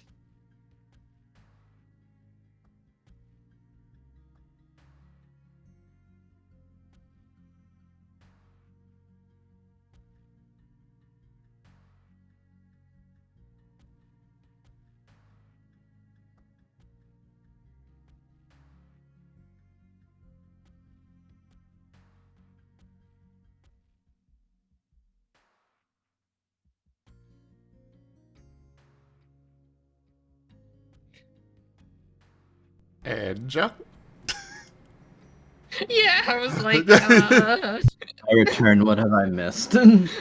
Oh, we're returning to the we're looking at the Pokemon, the receptionist that's trying to figure out how much to order. Okay. And all right. So can I get a recap of what went on between Pyro and Squirrel?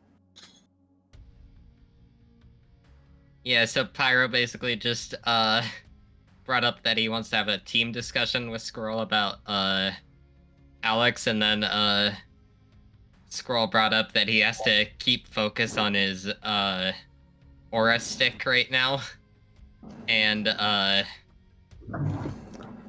wants to finish up his order request. And Pyro has a little idea for a test on that front. to see if he can keep focus. But he's letting Squirrel finish up his order of the titanium first.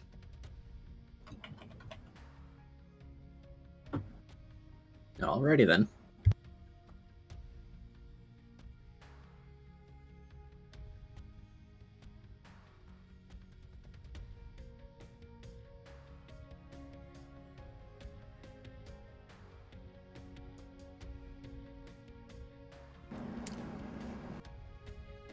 They will, after a bit of calculation, estimate that they need about 10 kilograms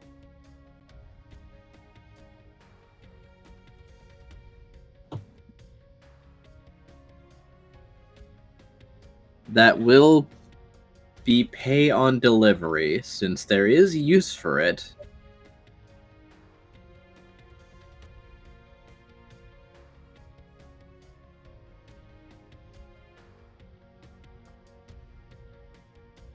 At Domovoy.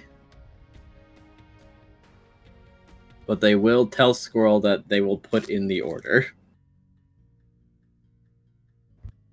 Awesome, thank you so much. So how much am I going to owe for all of that? So that way I can get make sure that I have the pokey set aside so that way I can pay for it once it gets here. Because I really need that.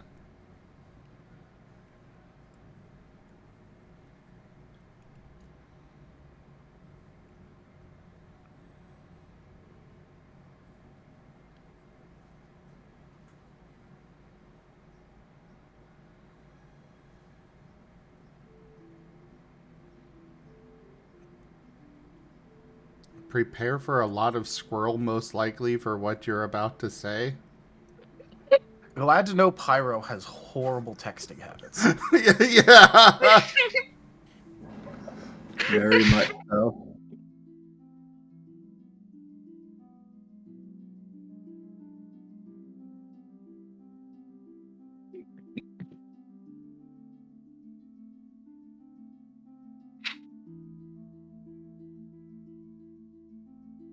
Alright, hold on. Let me get my calculator.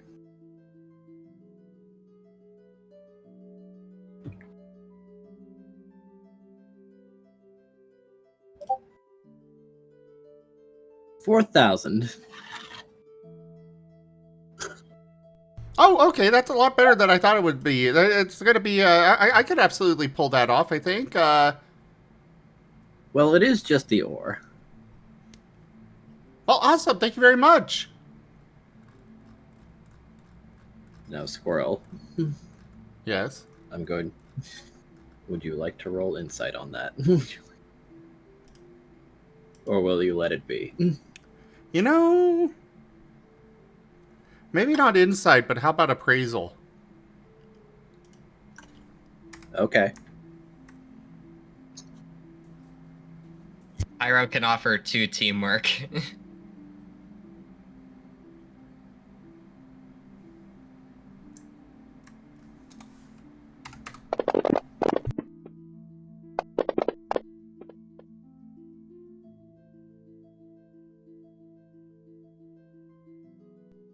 I will settle with that 8.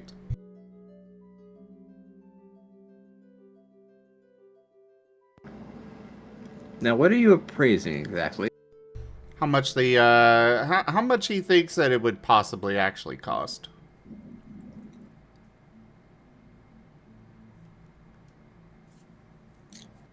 And, like, refined, or? No, like if they're trying to rip him off or anything. Ah.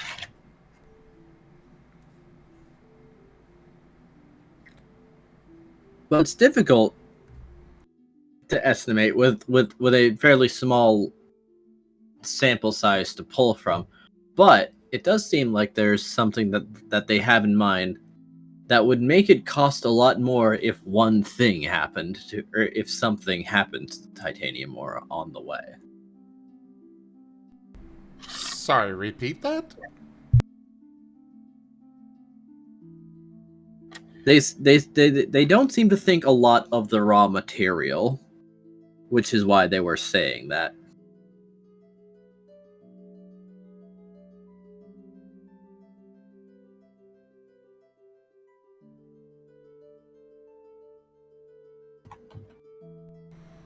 So it's probably a lot less.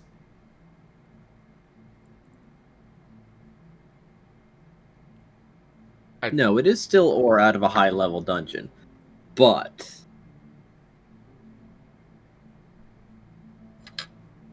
Sorry, you've kind of lost me here. All right.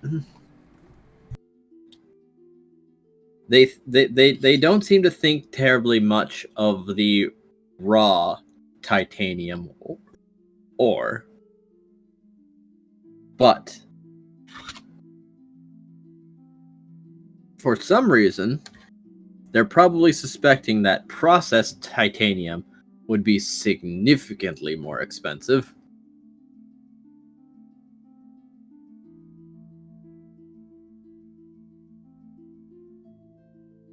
Okay, let me just give you an insight check as well. Yes, because I was unsure how to give you anything with appraisal. Two Fair teamwork enough. as well for this one.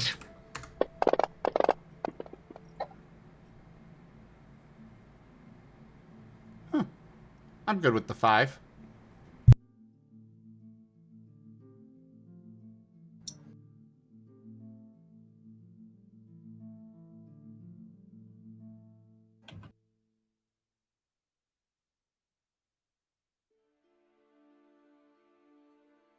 You can...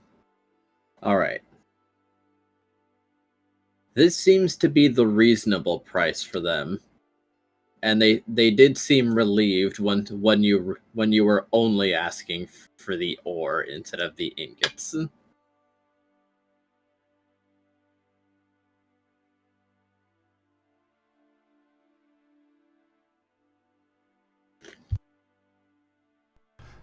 Oh.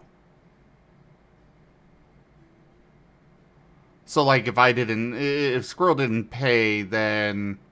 So, I'm guessing, like, they buy the stuff, and then, if Squirrel wound up not paying, they'd be out a lot more, kind of thing? Yes. Okay.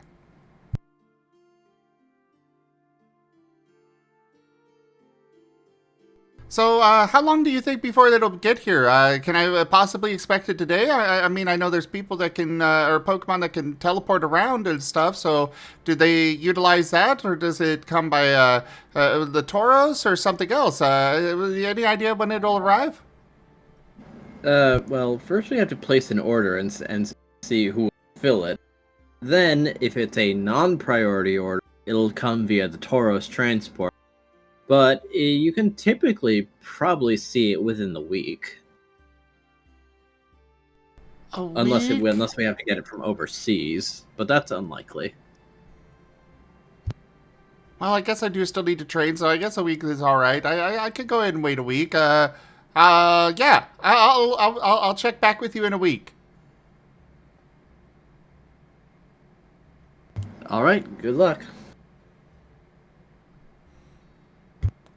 And Squirrel probably has no idea how long a week is. So he'll be checking it every day. Okay, so, what do you want to talk about, Pyro? Do you want to talk here, or we could go over to a private room, or maybe the bed, the quarters that they gave us, or I guess there's the bathroom that we could go into, or we could go find somewhere else outside the guild hall. Do we need to take off the badges or do the little thing with them, or do we need to do something else? Where do you want to talk, and what do you want to talk about?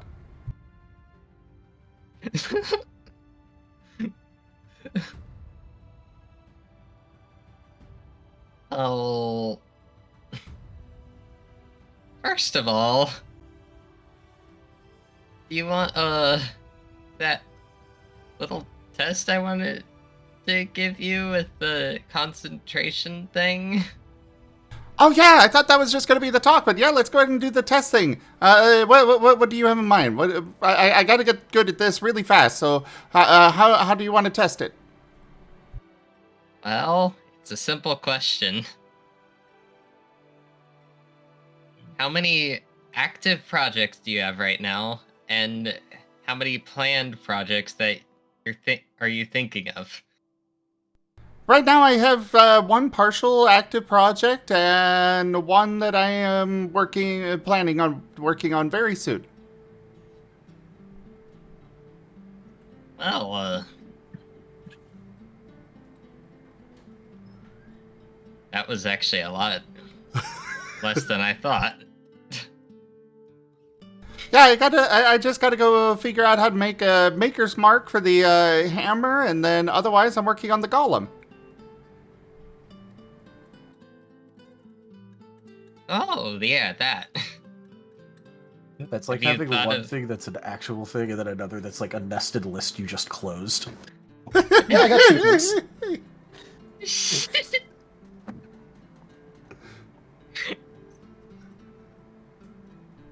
Have you thought of a design for it yet?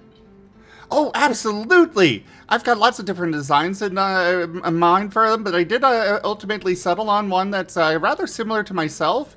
I'm still debating on if I could even give it wings, but maybe on the wings, but either way, something kind of similar to myself. Well, this relates to something I was gonna say later, but wings might be a later thing. Given that you would probably need lighter materials and a way to like have propulsion and stuff if you wanted it to fly. Propulsion, huh? But I kind of just fly with my wings as they are, so I mean, why wouldn't it be able to fly with its wings? Well, you're gonna be making it out of metal, right? There's actually a lot of different materials that are going into this. There's metal, and then there's some rather interesting looking, kind of more technology-related kind of things, like kind of what you've talked about in the past, and kind of went in one ear and out the other because you mumble about a lot of things. But there's also some wood, and there's even some special cloth involved in all of this. Yeah, so it's probably going to be heavier than you are, which means... Okay, I You need would bigger need a- wings. Got it. Or a method like, thrusters. Pyro, I don't think we should be talking about that in the main room of the guild hall here.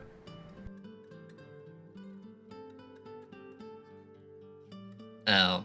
That sounds I like was something that talking- is more bedroom talk.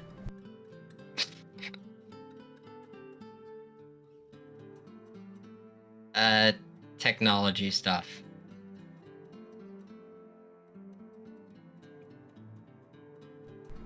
I mean, I'm certain that that kind of stuff is possible with technology, but I still don't really intend for my golem to be used for that kind of thing. Yeah, that's just not really something I want to do with him for that.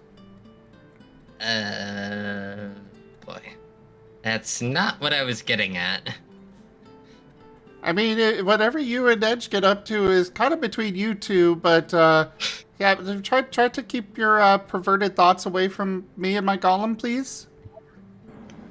And just raises his tassel in a high five fashion.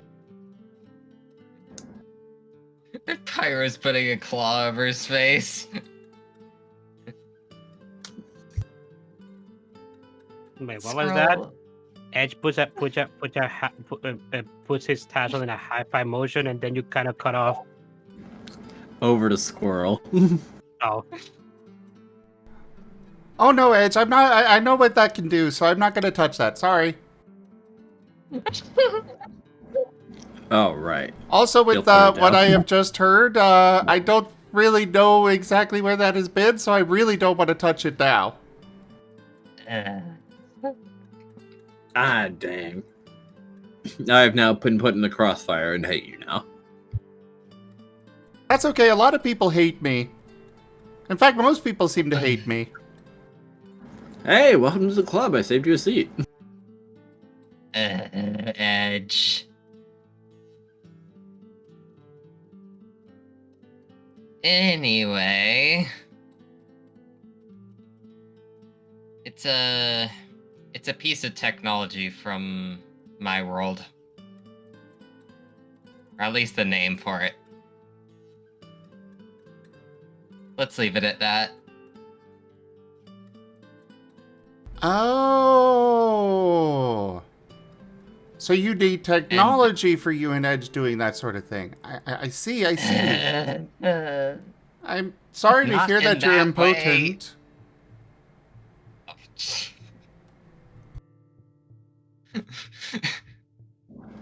He needs extra Pirate. help. Very unfortunate.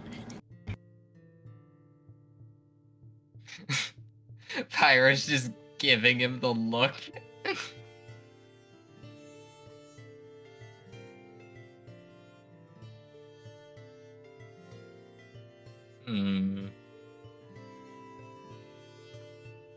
And then just turns back towards Squirrel. Yes, you found us out. This is Pyro, my eternal love.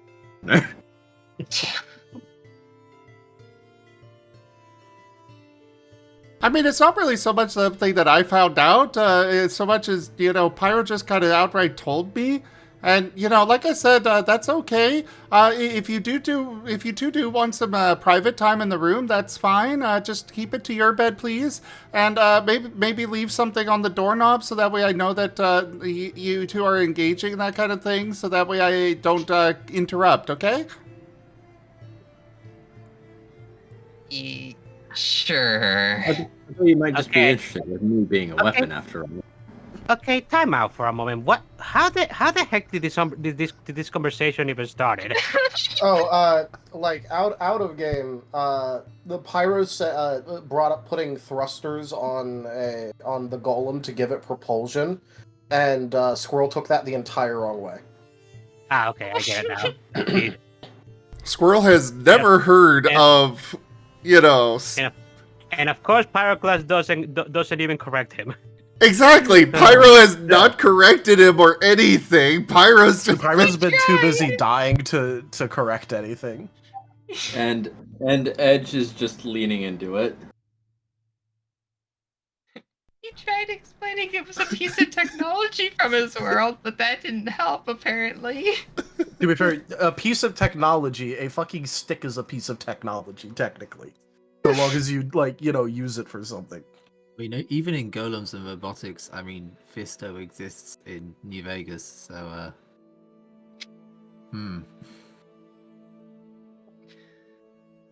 Well, anyways, if that's what you wanted to talk to me about, just, like I said, put something on the doorknob so I know, and I'll see you later.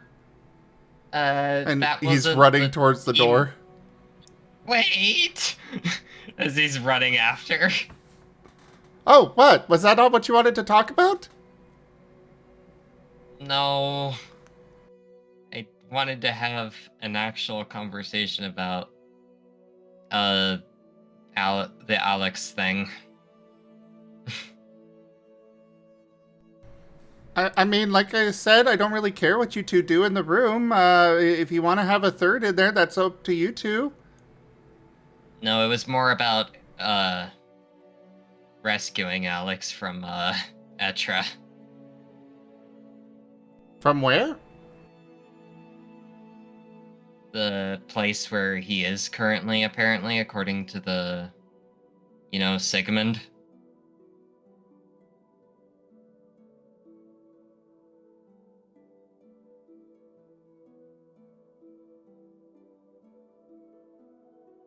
Oh. Well, what do you want to talk about with that?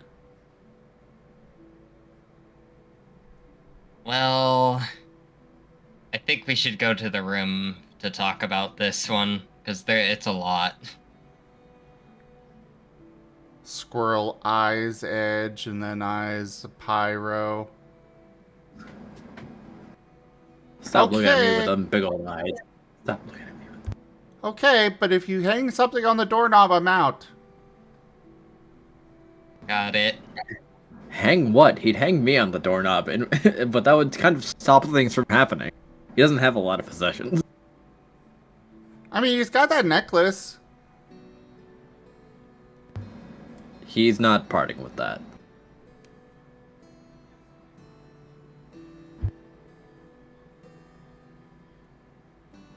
Okay, got it.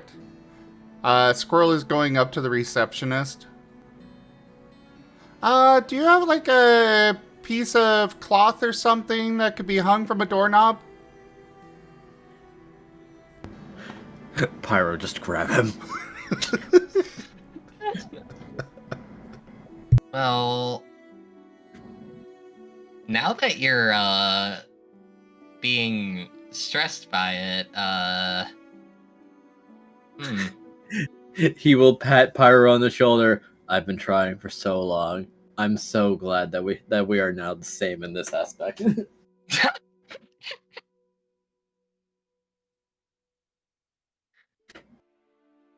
Welcome to my level. I don't know. Yeah, that's not a compliment. Come on, Squirrel, let's go. But I didn't get the cloth or something. Nope. No, No, stop. you can get it later. Stop gaining the moral high ground. Stop gaining. As he's taking Squirrel upstairs, up to the room. Hey, did you, Chomper would have been looking for a Squirrel. Would he have ran into them or just been in the room by now? I think he would have ran into them. They've been in front of this. No. And they're now looks like they're going back to the room. Gotcha. Yep. Oh, Chomper, I guess, runs into y'all at some point. Oh, hey guys! You probably how's it see them going? on the way back to the room. Oh, Chomper's kind of just walking with them. Did you get all Hi, your golem Chomper. stuff? The last bit is ordered now. Nice. So what's next? Well, next I think that I am being dragged back to the room for, some not so, nice activities. This is kind of against my will. You caught us in the middle of a kidnapping, so if you don't mind. Chomper tilts their head.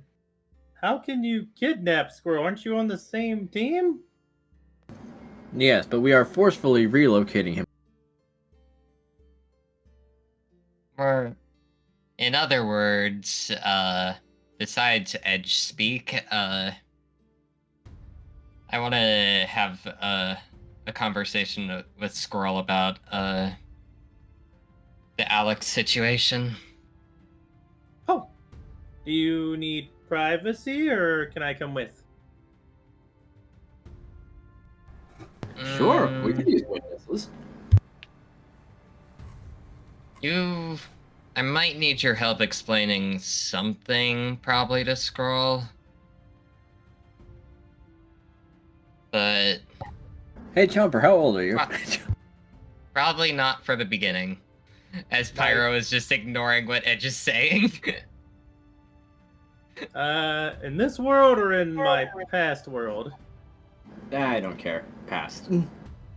Yeah, in my 20s. Hey, that works. Huh. I'm starting to see what you mean, Squirrel. I'm confused too. So Pyro just apparently, had a claw over his face. Misunderstandings. so apparently we are both being taken back to help them in the bedroom with their couple's life. It seems. No. Oh, actually, I'm going to be exiled. It's just going to be... He's mad right now at me. Why is he mad at you this time? Oh, I don't know. You know how girls can be. Pyro is just now looking at Edge. I don't really know much about how girls can be. Oh, well, you'll learn. Maybe that's what you're talking about. Anyway, bye.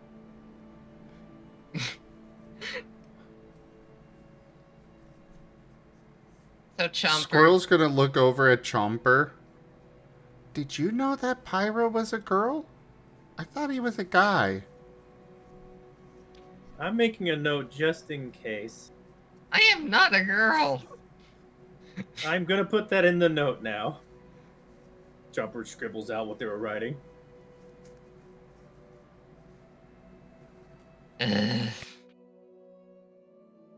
Pyros just has his head in his hands. I think that one could say that Pyro is lost in chaos right now. Yes. I'm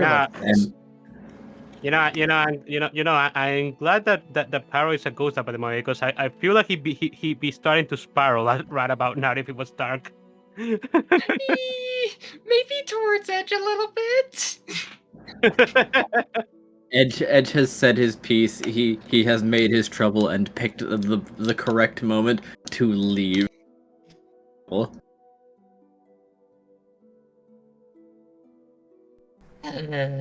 Yeah, but the problem is that if Pyro were to start spiraling, then he'd just go with whatever Edge tells him to. Because Pyro goes puppy mode when he spirals.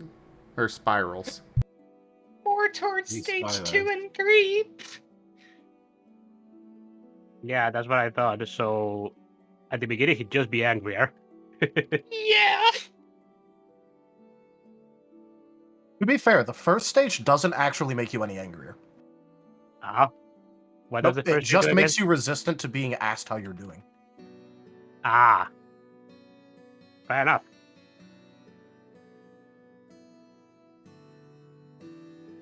It's just also generally you're going to be in a poor mood anyway, because you only start spiraling if you're in a poor mood.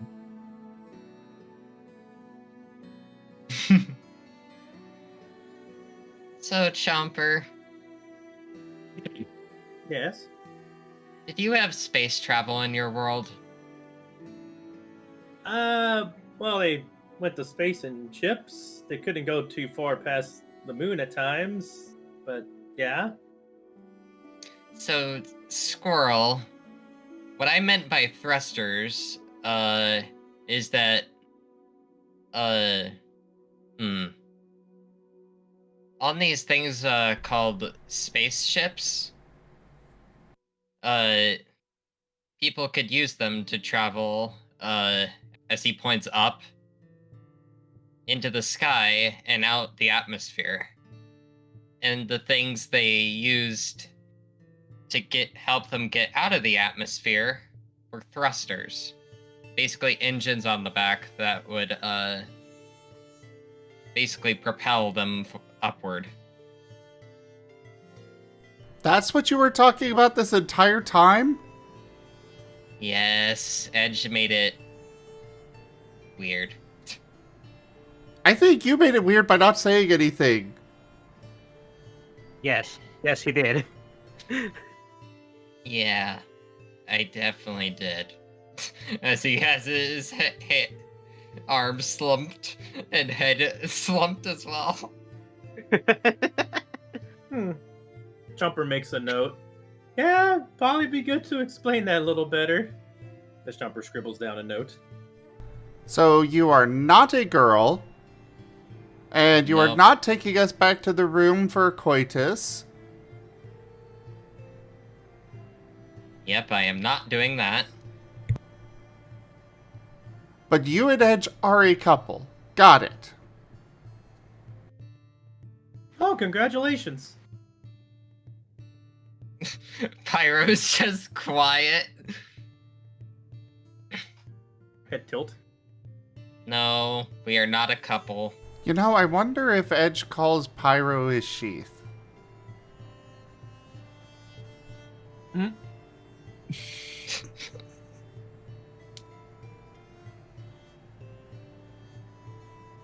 Okay. He has called me his chauffeur. You're not helping with this No, now. you Yeah, that's are pretty not.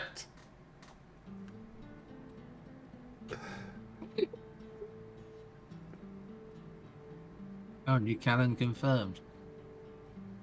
There you go, chat. There's your fan service. No.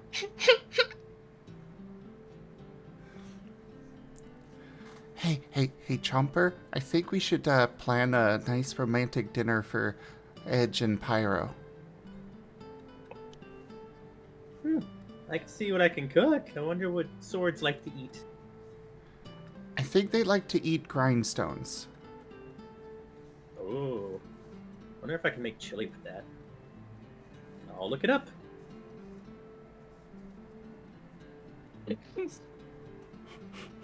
So, should we get back to the room now? Oh, sure.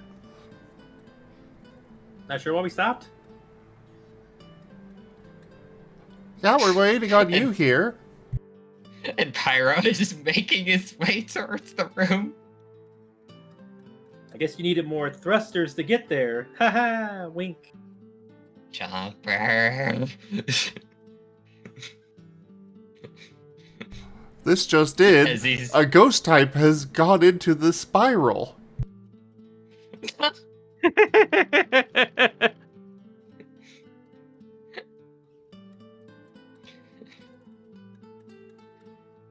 As And now Pyro on to heads sports. There's a new upcoming star in the world of whatever ball it was. Ricochet. Ricochet ball. This grumpy bird seems to be very good at it. Vane is never referred to by his name, just this grumpy bird. It's like a stage Somehow name. people still know exactly who they're talking about.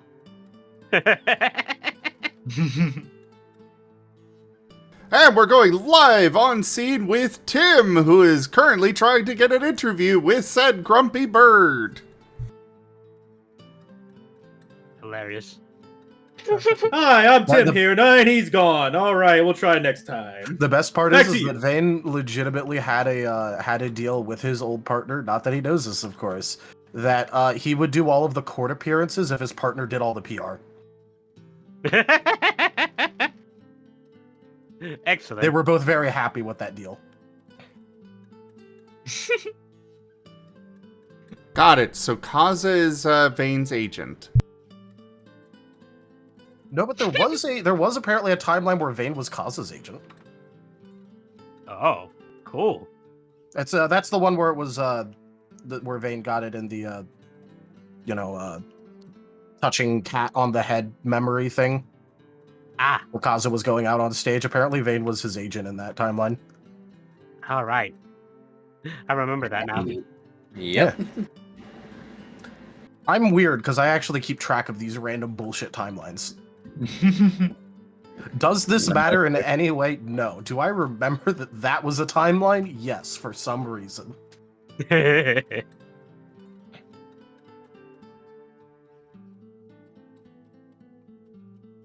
It's funny. It's funny. Vane would Also, be a Chomper. Hmm? Could you at least... You could stay by the door if you want, but... I would like to, ask the first part of this discussion to be in private. That's why I asked. Okay, sure. Yeah, We'll comply. I'll call you in when, it gets to the next part. Sounds good. I'll wait at the door. Because... You know what? I'll just say, it ahead of time so you can, help prepare. Because...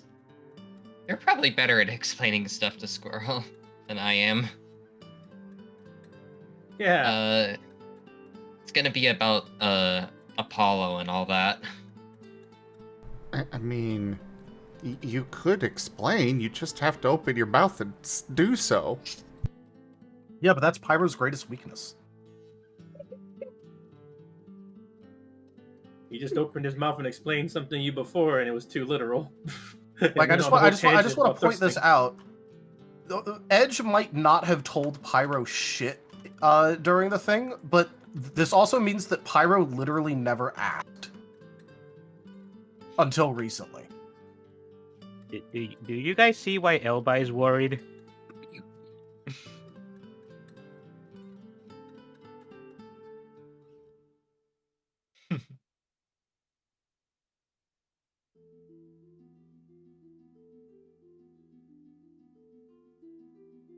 Anyway.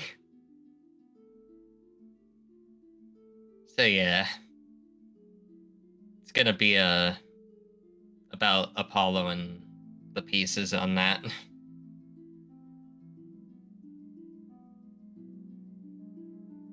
Jumper nods. Gotcha. I'll have to check my notes about him again.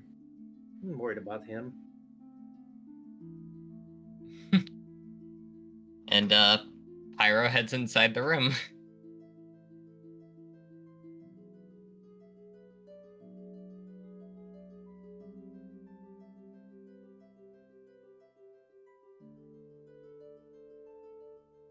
And then once Squirrel's inside, he's gonna close the door.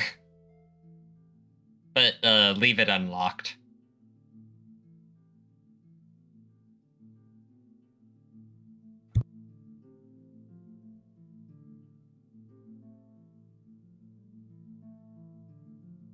Alrighty.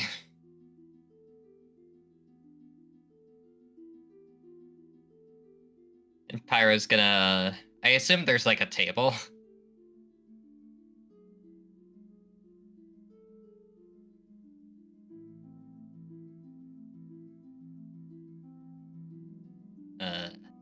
Anja? Yes. I assume there's like a table in the room. Yes, there is very basic, but the rooms are Okay. And Pyro's gonna go over to the table and then take out his map. And then put it on the table.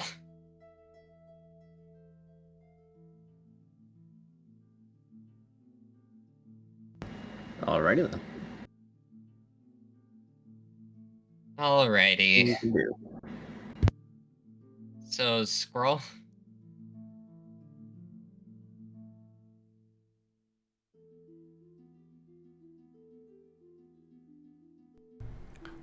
Squirrel will just kind of sit down. Yes?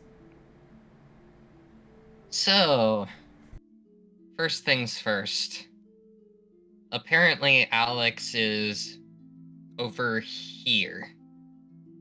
And he points on the map to where Etra is.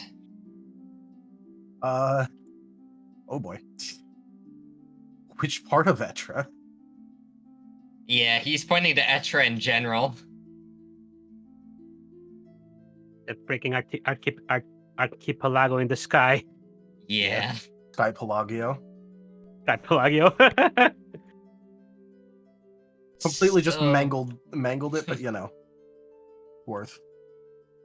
So, this is the first problem. As he's basically circling around Etra. Etra is not exactly a continent, but a bunch of islands that basically are a continent according to this world. In reality, I'm just gonna call it an archipelago, which is basically a bunch of islands. Okay. And now we have problem number 2. It's in the sky. He's gonna stretch his wings. I don't see how that's a problem. And here comes problem number 3. Apparently there's a very strong winds around the island the floating islands themselves. So, well, you might be able to get up there. all of us together. He's shaking his head. Nope. Okay, why don't we just ask Rallis to teleport us up there? I don't know if he's been there, and if he messes up the teleport... I don't think skydiving is a good idea. Or you could get telefragged. Even worse. I mean, I could just catch you if you fall. So... Well, if one of us does fall, you catching us would not be a bad idea. Actually, In can't fact, Edge it'd fly? be- Not exactly. He's more, hover. Yeah, he's just sort of can float up and down. He would definitely get swept away in the wind. Okay, so if we fall, then he and I can both catch you. There is a safer option. You remember, the cabaret we were at? No. It was the place where, you and Chomper, Chomper confessed. Blink, blink. Chomper did not actually confess. Okay. At least not There- directly. There is other descriptors that you can give to this place, you know? The place where they worked at, for example. There are about Yeah. 3,000 other descriptors he could give. He goes for the worst one. Classic Pyro. Okay, the And you place- wondered how we got to thrusting from thrusters.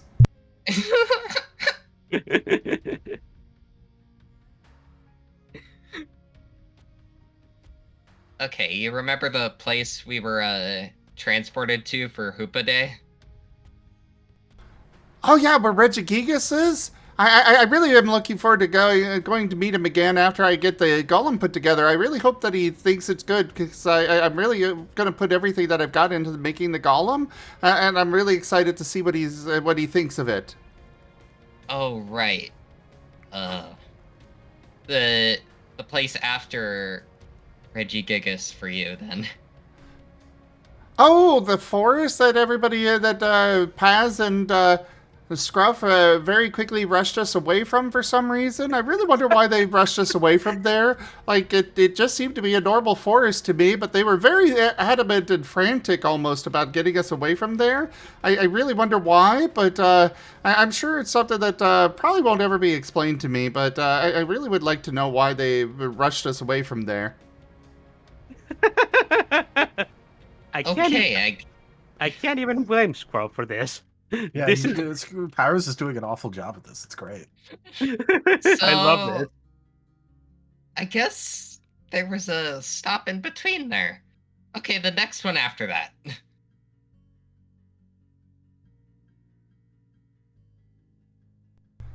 Oh, you mean the place that Zorak runs, where we got jobs and actually got some money out of, and there was the thing that I did with Chomper, and the one thing that yeah, we're not gonna talk about that, but yes, I know about that place that we got jobs at. Yeah, that's the place. So, Well, why That didn't you is just say the- that in the first place instead of being weird about it? he basically slumps on the table.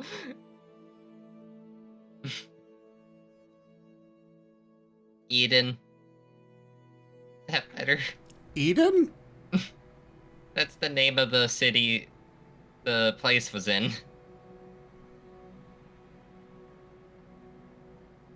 No, I don't know what that is. It's the capital of this continent.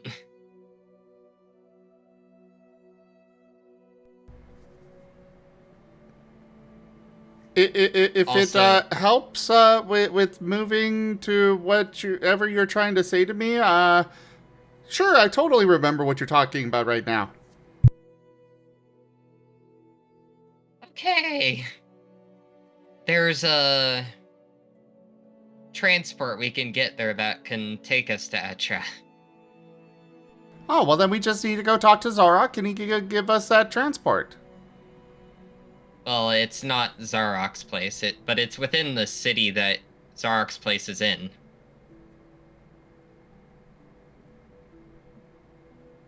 So he just owns a business within that city. Oh, okay.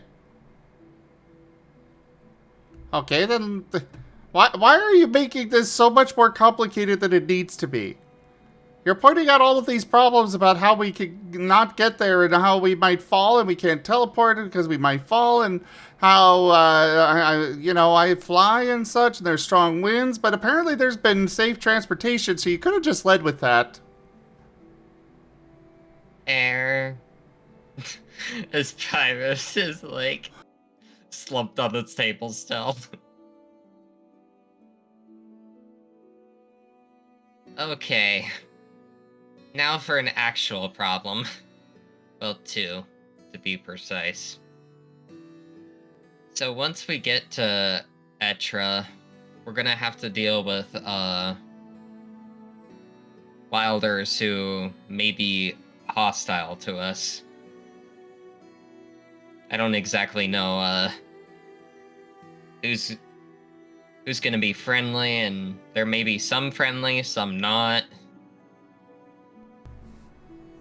So Because- we're gonna have to fight a bunch of Pokemon? Maybe. Probably some.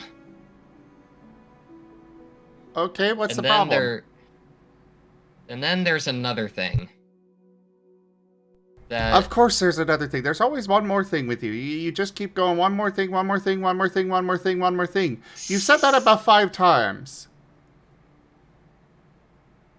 What do you know about culty copies? Blink, blink. Nothing. Got it.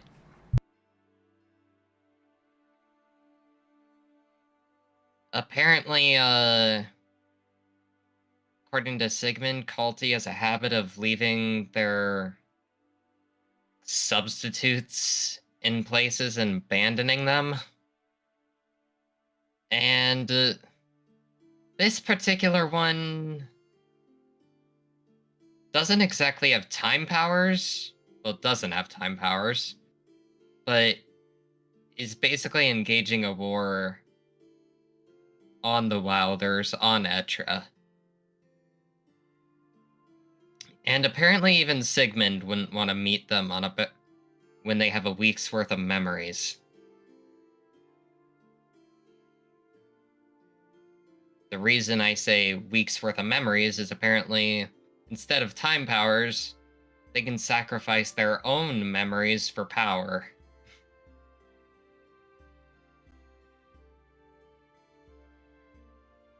Okay, but they're waging war on the Wilders, so why is that a problem for us? We could get caught in the crossfire. Okay, if we see a battle starting, then we just kind of sit back and watch and maybe have some popcorn. Or preferably, go around the battle. Okay, so we don't want to meet him, period. Got it. Probably not, because I don't know his, if he's friendly, neutral, or just outright hostile. Sigmund also gave me his name. Apparently he's called Argent.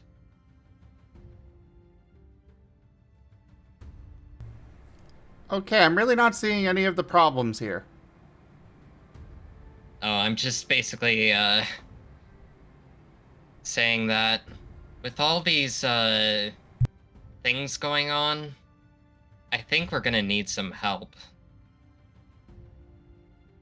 And Well, that's okay. I'm I pretty think- sure I could bring Rallis along, and with him would probably come Team Arleon, because I'm currently getting trained by Rallis about the aura stuff, and so I think that would be just fine.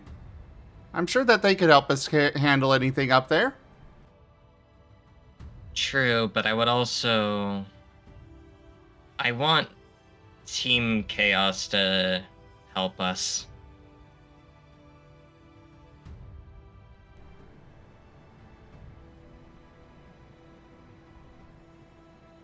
He is just giving you a blank stare.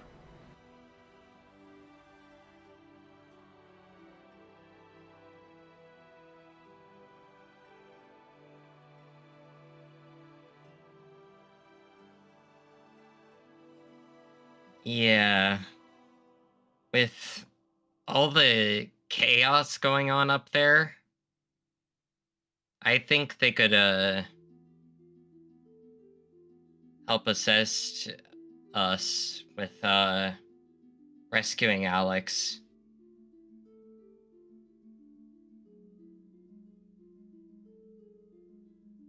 It's just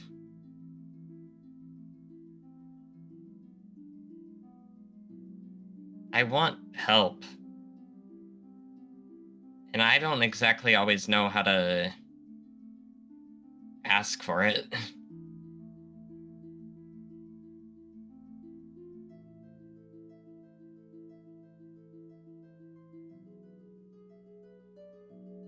I mean, your help, Squirrel, is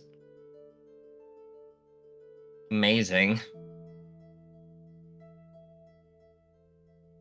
And honestly, you would probably be the biggest help. But given all the dangers there, I want to cover all the bases.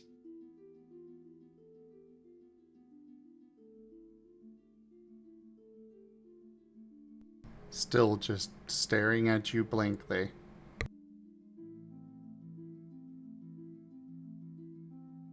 And I also want your help.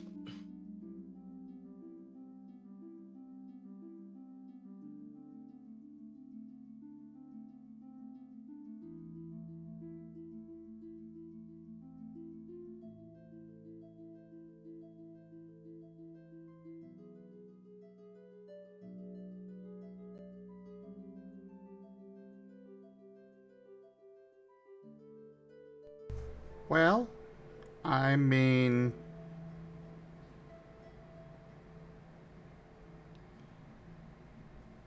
I'm sure Chomper would be happy to.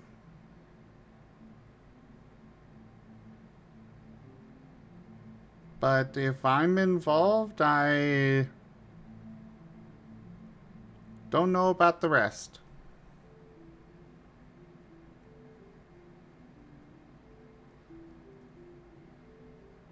Well, your crafting skills are honestly amazing. And I honestly can't wait to see what you do with titanium. That's a very interesting metal. Hey, Enja. Question. Ask away. Was titanium one of the metals used in, like, the robotics? It's possible. It It is a very strong alloy. Well, not an alloy. It's a very strong metal. And it's not like Pyro's civilization would have to give a shit about the downsides. Yes. Yeah. Like, oh no, it's really hard to manufacture and refine. Like they care. Yeah. So yes. I think even you know how you're doing with your golem using titanium? My world had a technology called robots, which is basically very similar to what you're making.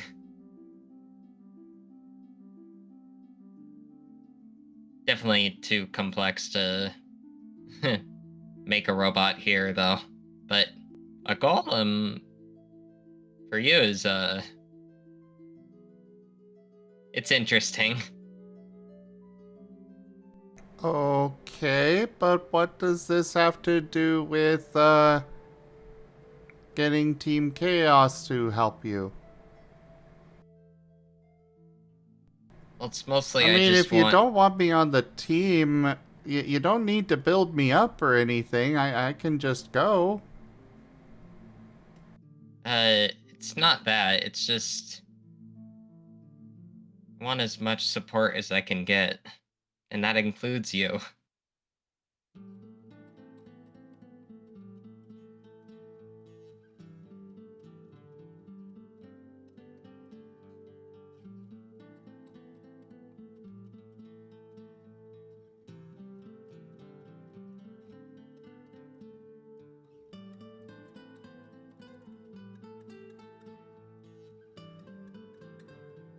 Well, like I said, I don't know how many of them would be willing to go with this.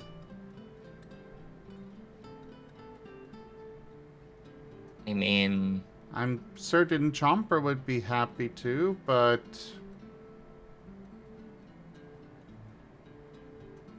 Paz, for one, does not seem to have any interest in anything that I suggest at all. And Vane is, well, Grumpy Bird.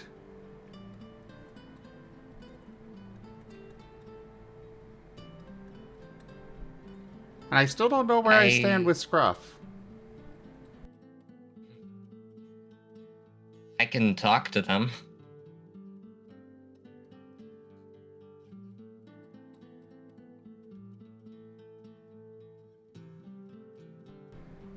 I mean, go for it.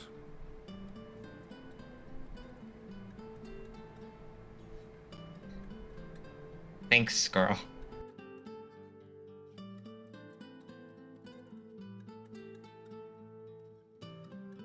Alrighty. So there is one more I thing, swear... but this is... No, this is a different thing. One more thing, one more thing. So, you know how I have my, like, soul sight, right? Yes. Apparently that is due to my implants reacting with this world's magic, because I am essentially... My implants are essentially the interface for a observation unit called Apollo.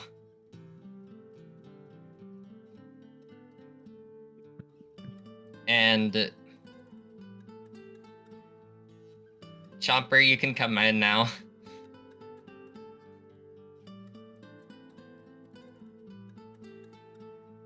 I heard my name. Someone say something? Yeah, Chomper, you can come in now. Okay, making sure. Alright. Coming in. Hi, hope the talks are going good. Getting kind of boring. Yeah. We're at the Apollo part. I just started explaining it. I just want some help with you filling in some details I may mess up. Chomper looks over at Squirrel. I'll try my best. As Chomper has his own things in his head that he's worried about talking about and saying it clearly so they don't get misinterpreted in a negative way. So, Apollo, due to some event that I'm not entirely clear on, split into 3 pieces and became Pokemon. The first unit is Bean.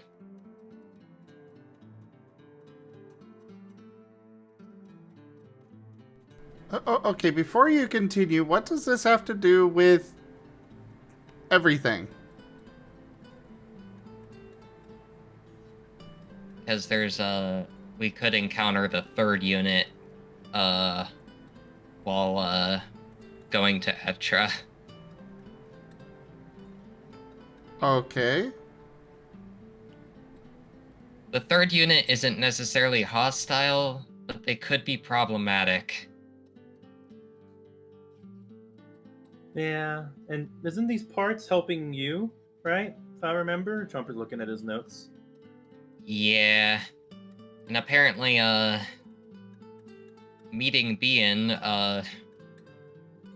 did some weird things to my implants. Or soul sight. You remember the cake, right? How, I told you its ingredients?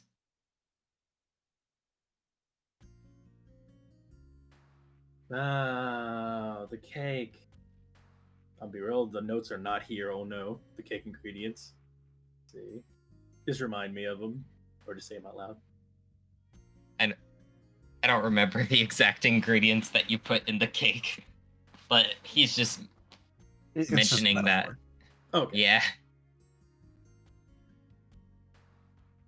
So, yeah, Squirrel. Ian is essentially the observation module of Apollo.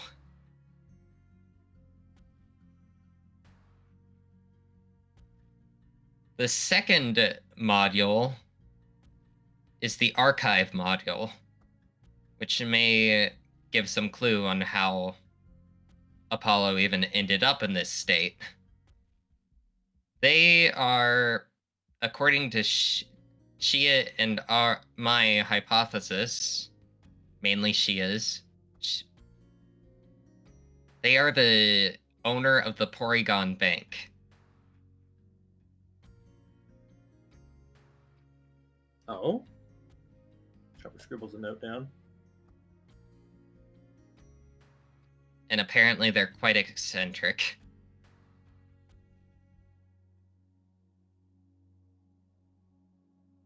And module number 3.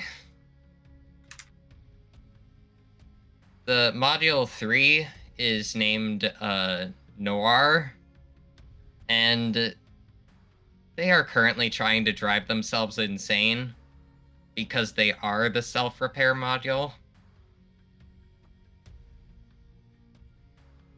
Meaning that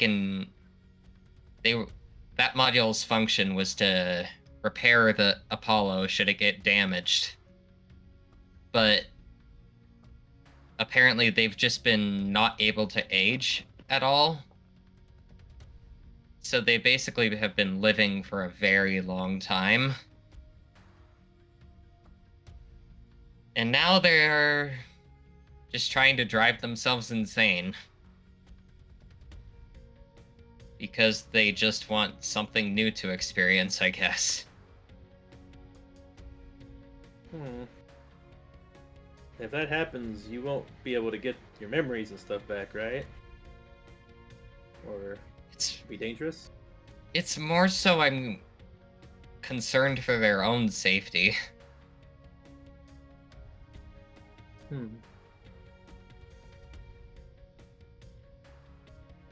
Yeah, it doesn't Plus- sound like a good time. Plus, in that sort of mental state, who knows what they could do.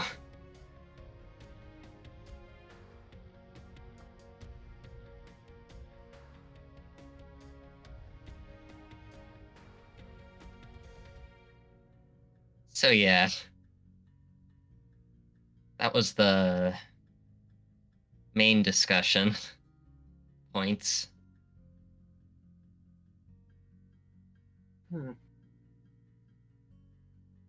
Well, if you have time, I'm not sure what both of you are doing, but if you need any help for that, I can help. Whatever I can do. We would have to find them first. But I would have no idea where they are.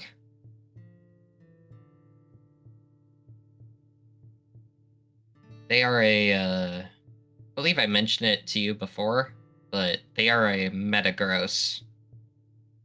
Metagross.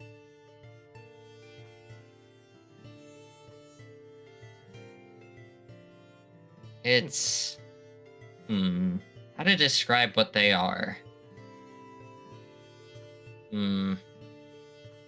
They have 4 claw-like legs.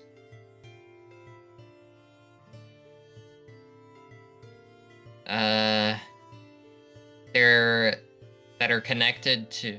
Actually, this is a better idea. Do you know what a spider is? Yes. Yes? Take off 4 of the legs and encase it in metal. That is a metagross. Sounds kind of gnarly. Well, it's not really. It's more robot-like. From the walls. Well, you don't have to be rude about it.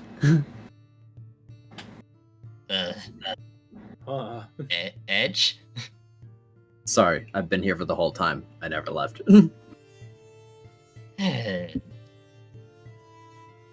Calling someone gross like that, for shame. I said it was gnarly. You've never even met them. Look, that's what their species name is called. Then shame on that person, and you for continuing an awful trend.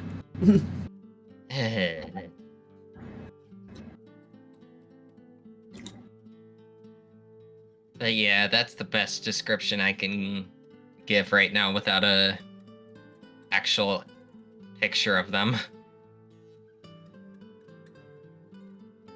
Kind of spidery, missing 4 legs, made of metal, robot. Okay. Damn! If only you knew of somebody that has a book of Pokemon with him at all times. Crazy.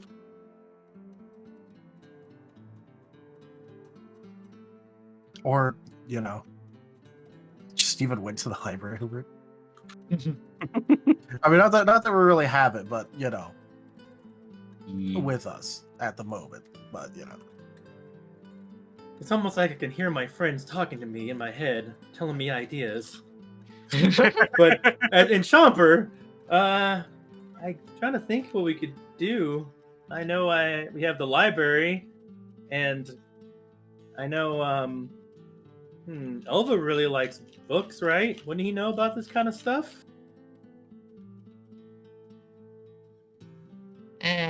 Squirrel's face goes dark at the mention of Delva. Out of character. At this point, I can't dance around people's names. My brain goes to Vane could do scouting. Elva could do this. So at this point, I'm like, okay, might as well just say the dang name, see what happens, and lo and behold. By the way, And the funniest also- thing about the Etra thing is just that, like, in Season 1, Vane got a turbulent flying specialty, so he could still probably fly an Etra. Yeah.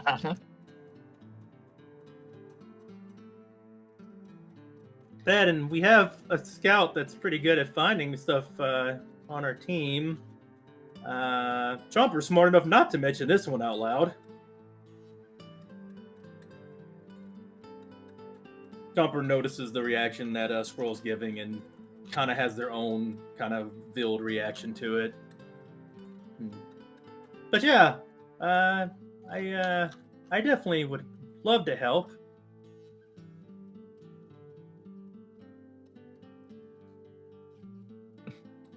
Thanks. As he's putting his claws together in a bit of a nervous manner. What's wrong? Look nervous. Oh. Just anxious is all. Yeah, it must be a lot, huh? That's, they're tied to your memories and pretty rough to learn about all that. Yeah.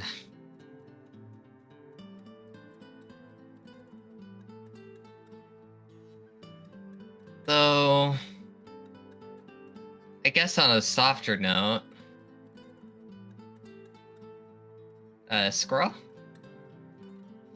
Yes?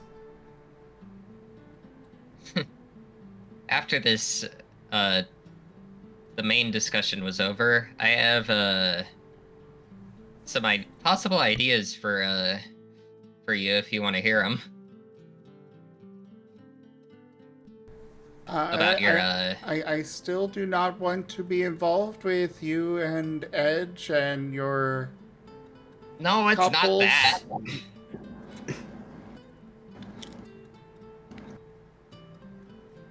I was Jumper thinking, sneakers.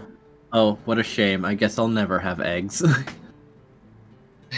Pyrus got a slap edge. Earnest disciple. Otter Love What? Femboy, thanks for that follow. No. Timing.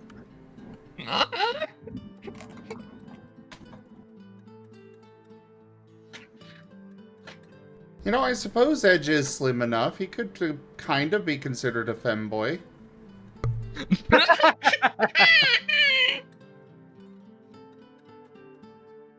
Oh no! Just get my side profile. I'll look fat otherwise.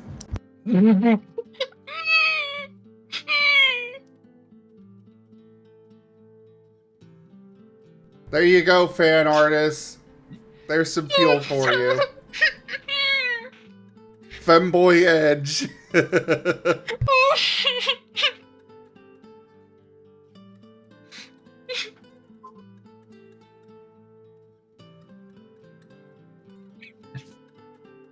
So, when you talked about your golem, I kind of had a idea for if you wanted to try it in the future. Well, making another golem in the future. Ooh, I But could instead- make a whole bunch of them. Have a big Yeah, but- army. But this one would be like you essentially piloting the golem. I actually got this idea from Edge. he keeps talking about his animated shows, and there were these mobile suits that he would keep talking about sometimes, in which someone would pilot them, sort of like a exoskeleton. Oh, the boomdangs. I've heard about those. I used to watch anime, because I think that's what it was called.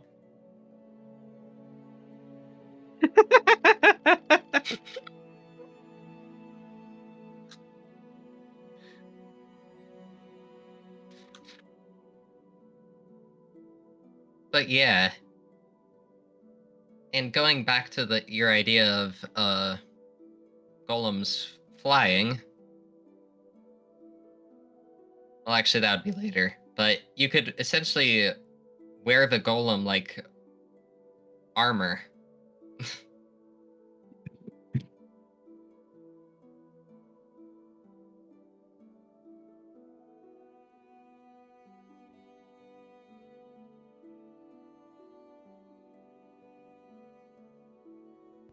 You might be expanding Squirrel's mind.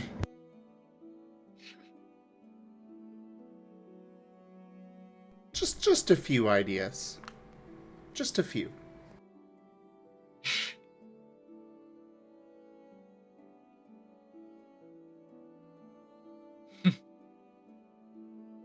So yeah, that was one thing I had.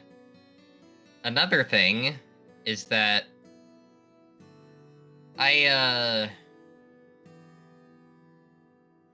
you know how apparently being near being has allowed me to made my soul sight a little weird. I said that earlier. Apparently I can now use it to find certain elements around me, or like identify. And I haven't really tested it in a dungeon yet, but I might be able to find like ore and stuff, or help you find ore.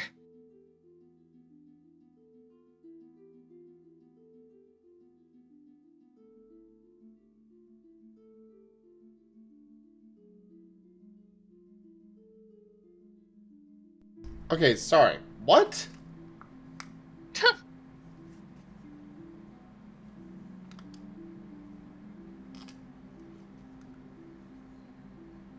He was basically saying you could help Squirrel find ore in dungeons using his soul sight, potentially. Ah. Well, that would be Hey. awesome. Wait, what the heck? How exactly are you finding? How exactly are you going to find ore using soul sight? Ores don't have souls. Remember that whole bit with the ground? No. And the Yeah, cake? basically he can analyze things. Ah. Yee. Although I thought that would, yeah, you know, it's. I didn't think that would do enough to like go deep enough underground to be able to find ores, but yeah. Well, he was saying in the dungeon. Oh yeah, but there's so many ways to get ore in the dungeon. Yee. He's just bringing up ideas right now. Also, some of the dungeons are underground. Well, yeah, but normally ore just doesn't sit like on the rock walls unless it's like in the dungeon as like a drop thing, and at that point, you can just see that. Because otherwise, you have to dig through dungeon wall. Which is hard.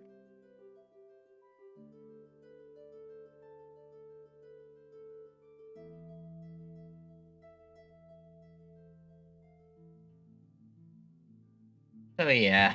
Very strong. Back in season 1, they showed just trying to cut through flower stems that made up a wall.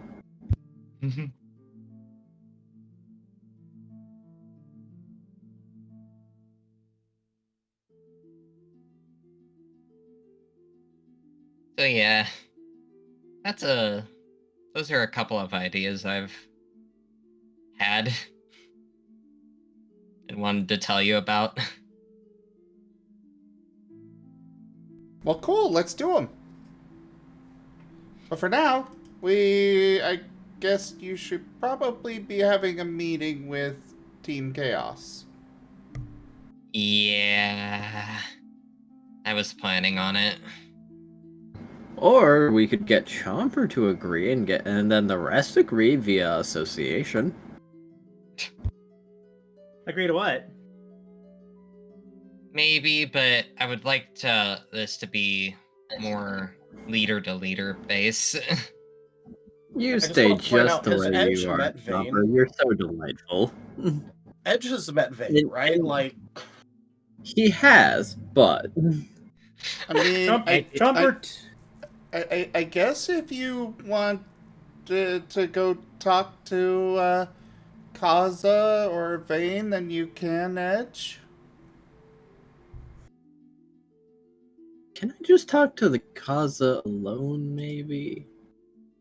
Chomper's confused because he did not actually hear the part about the talking to Team Chaos before he walked in. Yeah, Edge, we're gonna be talking with Kaza.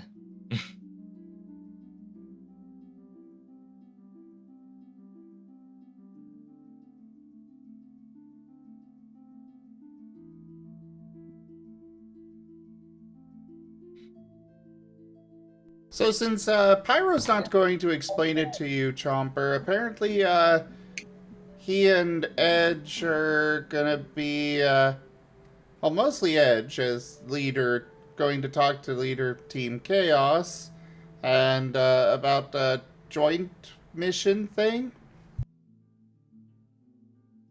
Oh, like doing a mission together until we can help each other and get rewards? Yeah, basically. Oh, that sounds nice. Chomper said, it's almost like we're being a whole team. Yay! Outside. Well, that sounds great. If anything I can do to help, let me know.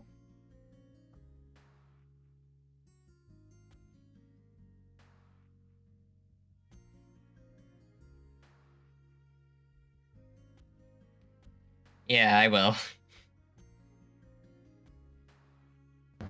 We're gonna have to talk to the both of them, aren't they? Yes, we are, Edge. You're not getting out of it. No, you'll spot my bullshit. That's a good thing. No. Are you, Chomper talks to Squirrel. Are you okay with everything?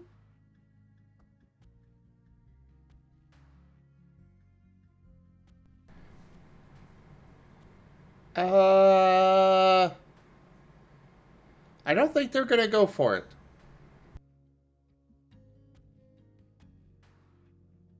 Oh, that's all you just don't think they want to do it?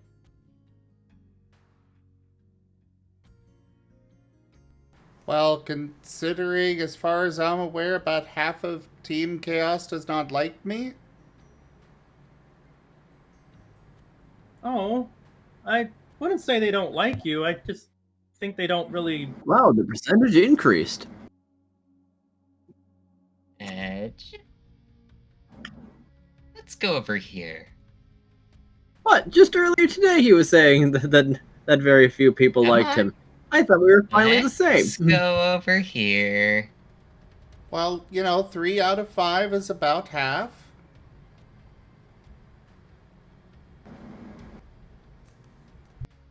See? We can be friends. Me and him, we are the same.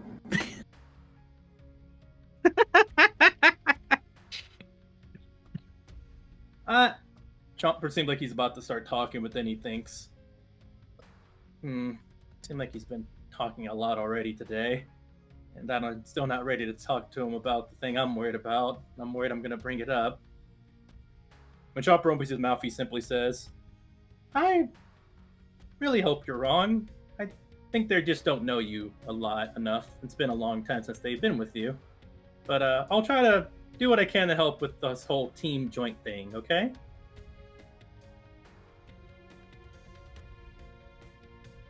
I mean, if you can. Hi, I'm Gemma Paul, Commander of the Humane Society. We're hearing Just Uh, let's feed it video. through. Oh my god. Alrighty. You know what? I'm sharing this. That's hilarious. I think Digi got sent the meme and was watching it.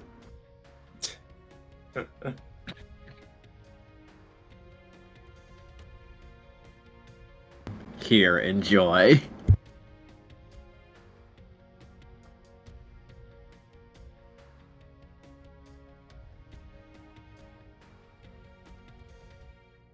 Let me know when it's good to continue.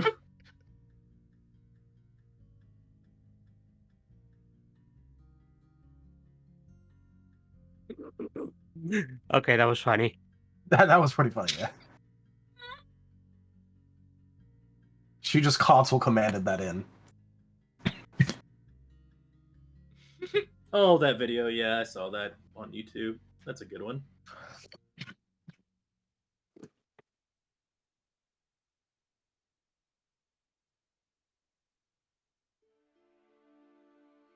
I apologize for not muting myself that time, but I really didn't expect that. I really. Discombobulate. Interacting with NPCs be like.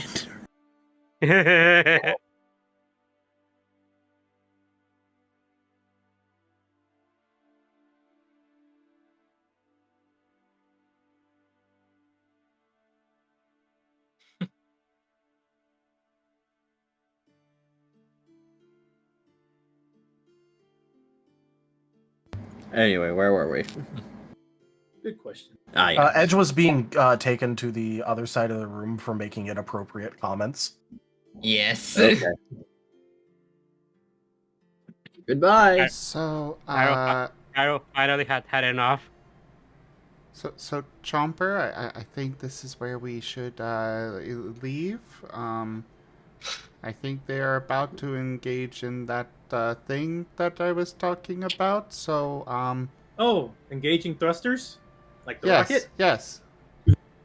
Ah, okay. Y'all have fun engaging your thrusters. Alright, if you want baby weapons, visit us again later. He's slapping Edge. You know, that's just hurting your hand more than me.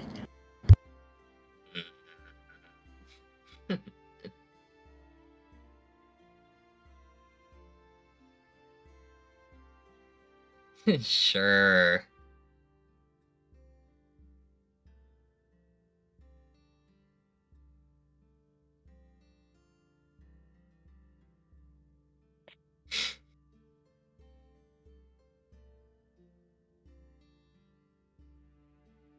You know, if Pyro really wants to silence Edge, couldn't he just like put him inside of his cupboard and just keep him there?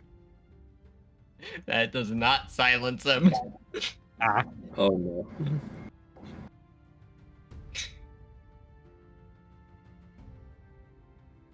You know what?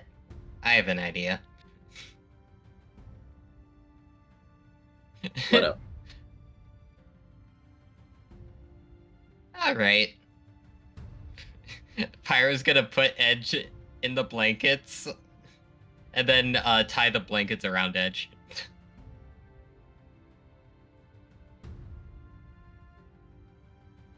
You know, you should probably put a solidifying talisman on him before you do that. Eva, Oh you put my.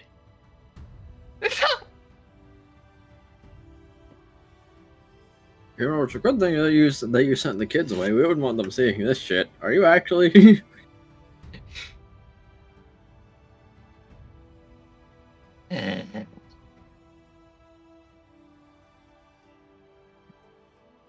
And tie you to the side of the bed.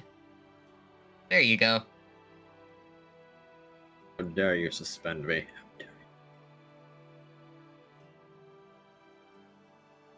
Alright. See you in a bit. Where the fuck As are he- you going? Mario! He's leaving the room.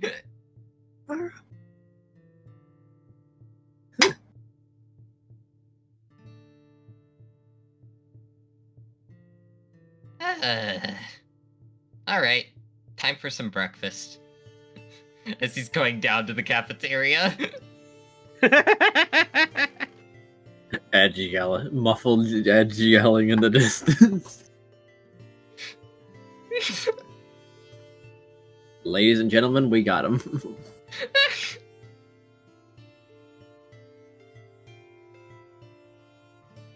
Pyro finally got one over on Edge. Hooray! Momentous occasion.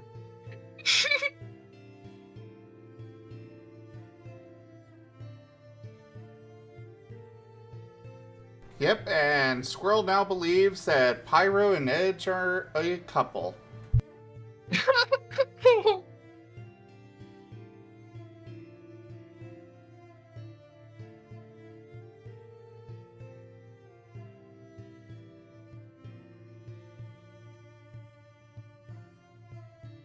So, I guess Pyro going to talk to Vane?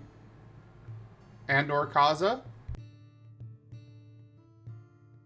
He's going to get breakfast first, so someone else can take the stage for a bit.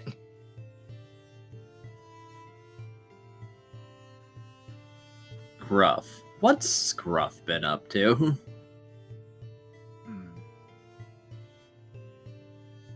Oh my goodness. Sentient quotes.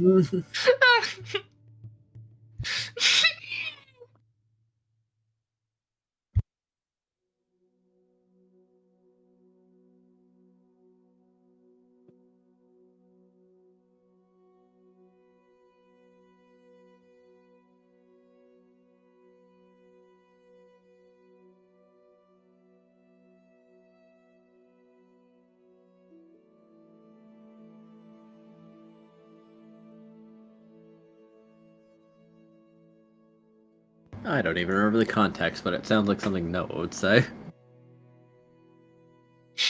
No, that was what you may call it. That was Saga. Reading Cass's mind. Oh, that's right. Yeah, about Vane.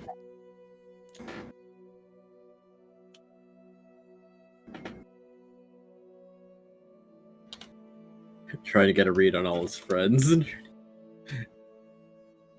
then discovery.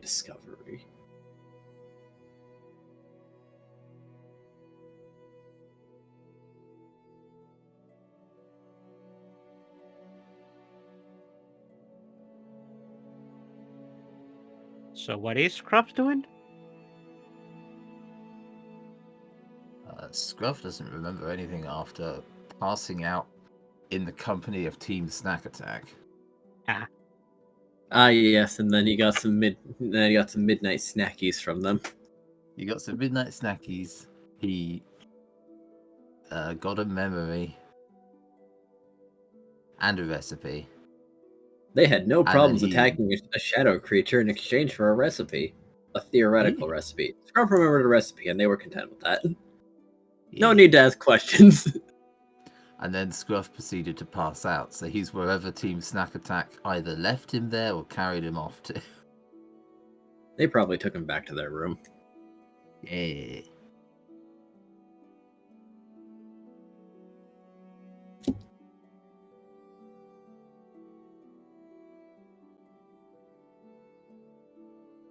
I feel like Scruff's initiative roll for waking up would have many negatives in it. He's not bothered about becoming conscious.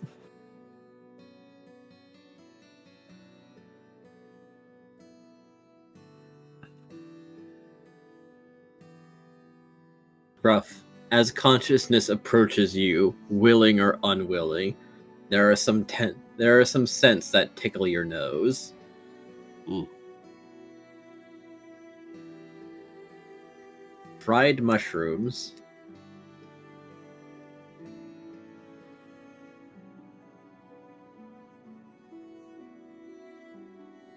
Not for Baked potato. Ooh.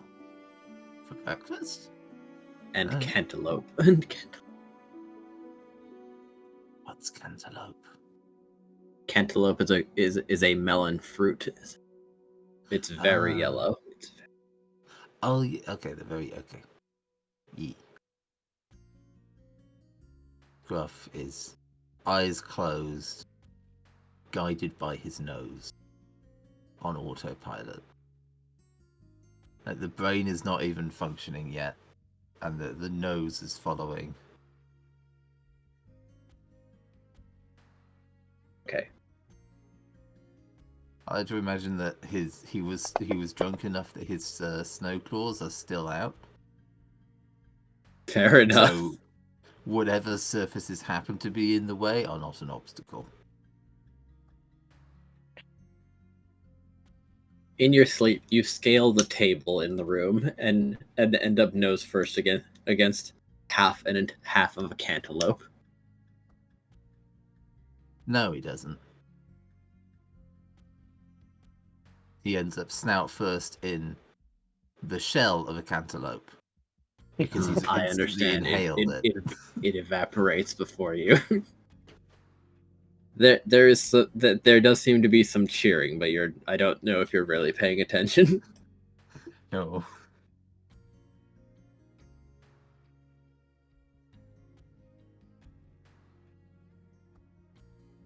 His face is sticky from the juice, so he just huffs a powder snow into the melon and then shakes off the ice.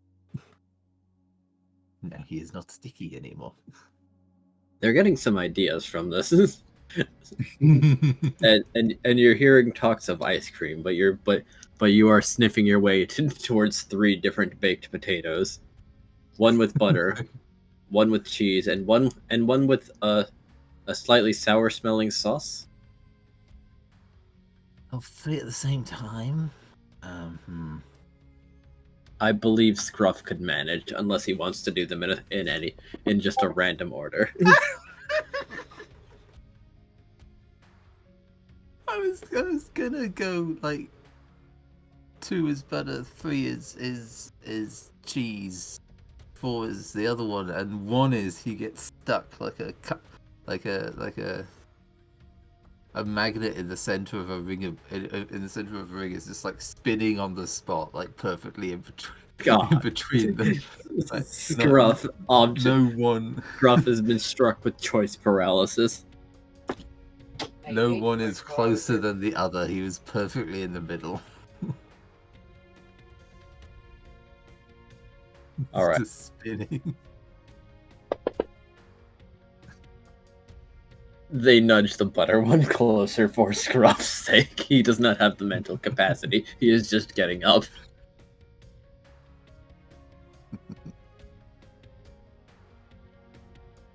Scruff Roombas over it. He passes over the plate.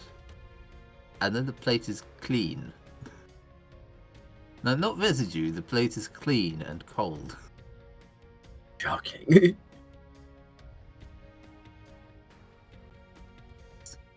Scruff brain rebooting. He homes in on the next closest thing.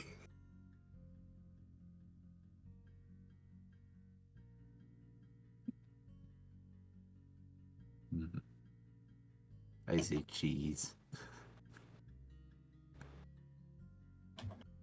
The perfect balance has been broken. Now no snack is safe.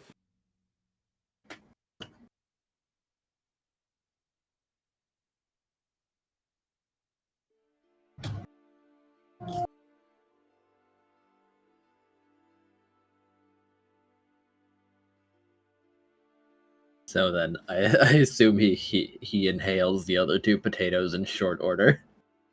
Yeah.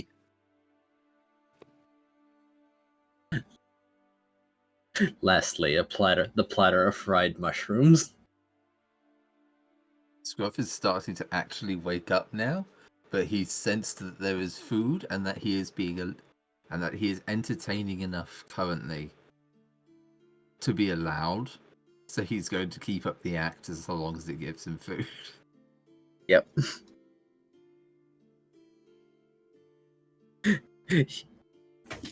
He may inhale the fried. Oh, they're salted, but not very much.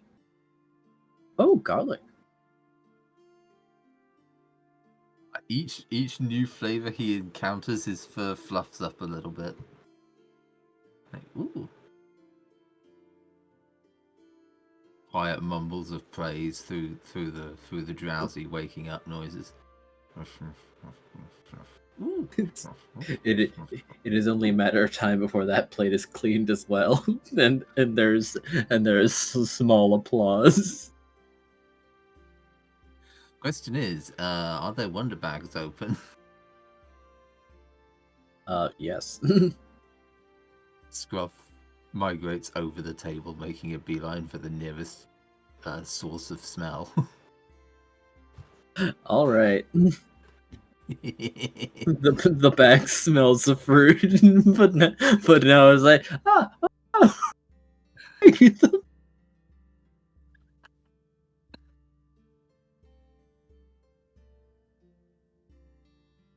Does Scruff indeed dive in and jump? I'll certainly give it a go.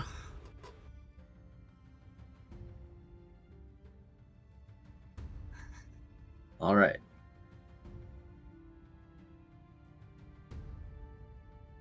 Snuffle, snuffle, snuffle. Ooh.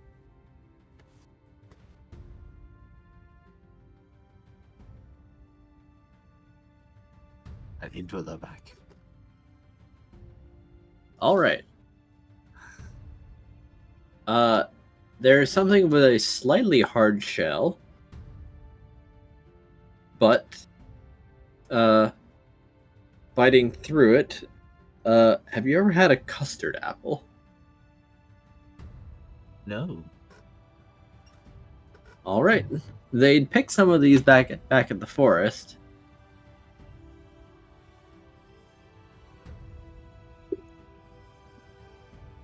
But the insides are very soft, actually, with a slightly pudding-like texture. And it is very sweet, actually. It also has very large seeds, though. I've just googled it. I've not even seen this before. It is also called the sugar apple or the sweet sop.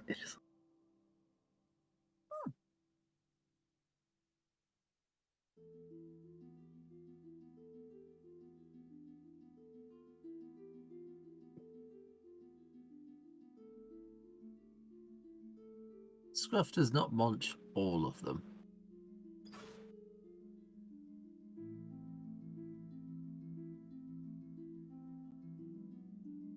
After all, too much of one thing, and it might not be as good if you eat too much in one sitting. Fair enough. Or snuffling in this case. Do you root around for a different scent? Yes. All right.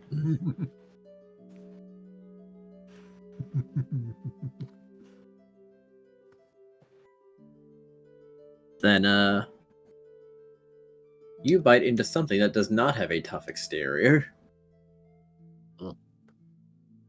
This is a loquat.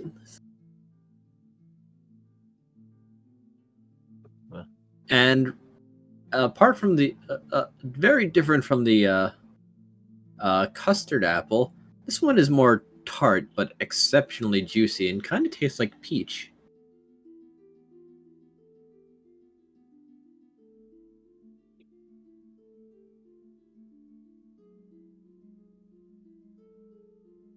Another thing I've genuinely not heard of before. What was that? Another thing I've genuinely not heard of before. Yeah, no, they picked a lot of rare fruit in the forest. Again, Scruffle, Snaffle 1. At this point, he is awake. He's just seeing how long he can go before being fished out. I mean, he doesn't know where he is, but there's food. Yes. They might be surprised and slightly alarmed, but it's also food. Someone diving for food in true team spirit.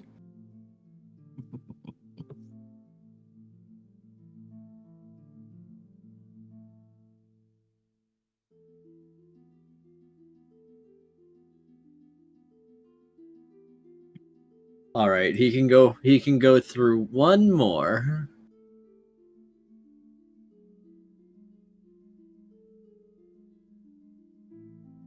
Now this one is slightly bizarre, as there is a thicker rind, as this one is the Aki apple.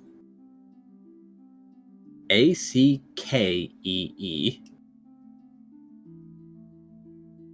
Or soapberry.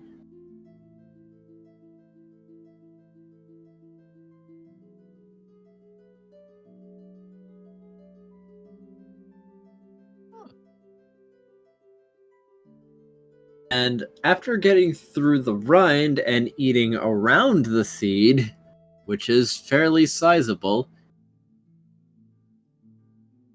This one is surprising, as it tastes like a nutty, silky, but sort of savory cheese. Confused noises.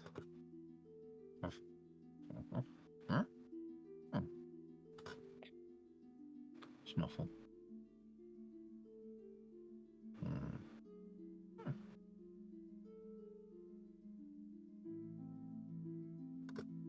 Scruff is pleased with his haul.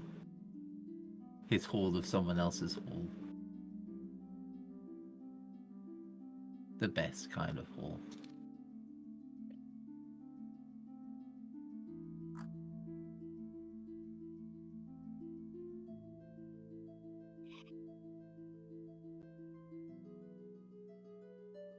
Eventually, Dougie lifts you out. Well, howdy there. Good to see you up and about. Hello, Dougie. Where am I? You sure you're on the team already? You're practically on food autopilot. I mean, I smell something nice. I follow the smell.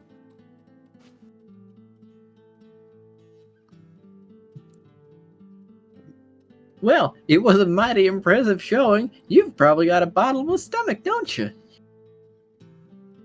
I did come in.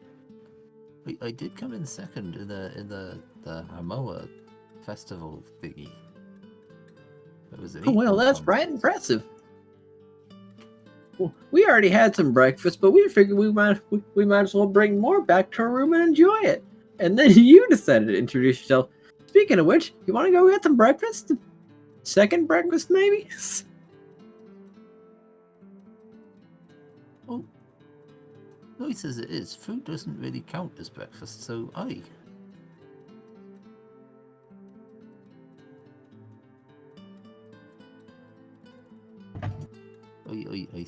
think I quite like some proper breakfast. Scruff is still waking up and does not remember anything that happened last night. All right, let's get going then. Yee. And Scruff will jump from the table onto a shadow claw and phase through it with a thunk. Hey, Dalton, let's get going.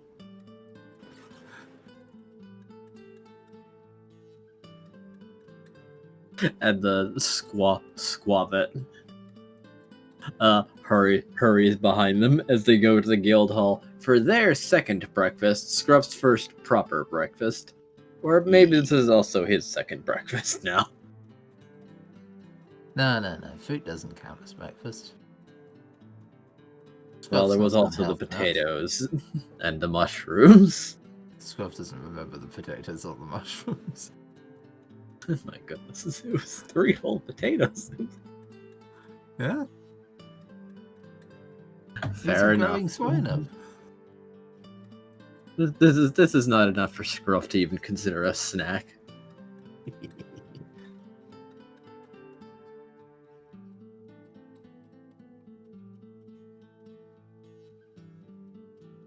As well, looks like Scruff's doing well in the care of Team Snack Attack, going to the canteen to order more food.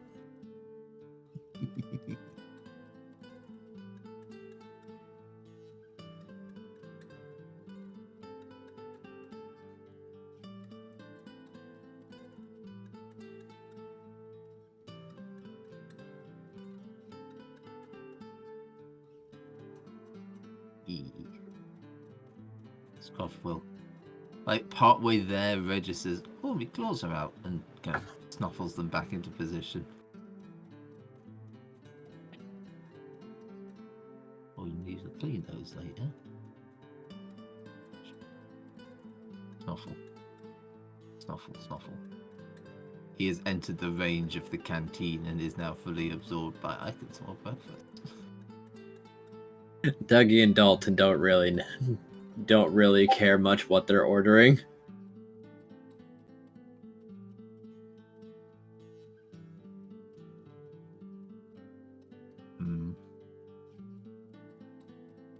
Scruff will order whatever they're ordering. These fellas seem to have some good heads on their shoulders. They wouldn't order anything not tasty.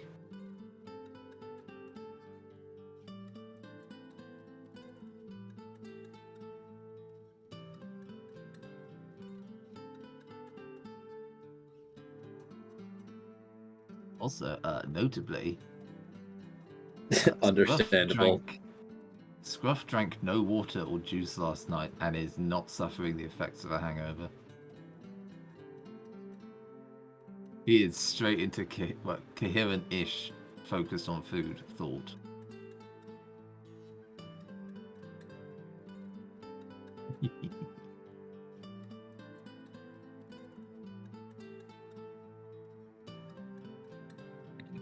All right, over to Vane and Kaza, I assume. Yep. They would probably be waking up a little bit later than usual anyway because he stayed up so much to, meet with Culty. Yep. And Kaza is nursing a hangover. Yep. To which Vane will give him the, anti-hangover drink. Yeah. That he saved and had, literally just for this. Sip, sip.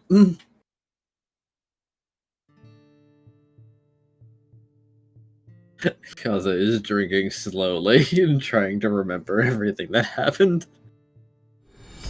Truly, this is the dankest dungeon. Oh, Ido. Tipped $5 Razim coins. Ido, thank you so very much for that tip. That is the second tier of the tip goal completed. On to the third. Thank you.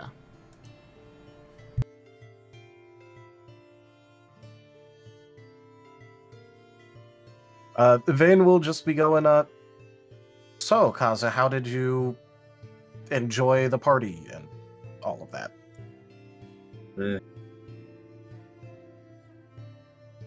Party? Oh. Yeah, I remember the party.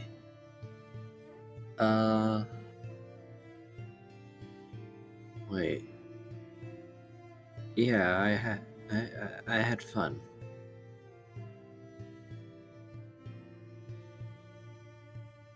Another long, slow sip of the drink. As he's trying to piece together his recollection of the events. Normally, I wouldn't let Saga do what she did, but you did already tell me beforehand that you were planning on trying out alcohol at the party, so... Did I drink that much? I think I only You had had a few alcoholic drinks, yes. Basically, everything Saga handed you was alcoholic. I thought I only had 2 cups, though. No, you had more than that. Vane will also remember that she kept trading out his halfway done cup for full ones, though. Yeah. Also, just in terms of the number of cups he finished, it was more than that anyway. True. So Vane doesn't even need to bring that up. He is just going, no, you had more than that. Oh. It wasn't. I don't think that was a good decision. Probably. I mean, probably. So alcohol is strange. I don't personally partake in it, but it is fairly popular and does get used for multiple different things. So I'm not going to say it was explicitly a bad decision to at least try it, especially with a celebration. It's probably not a good idea to have it all the time.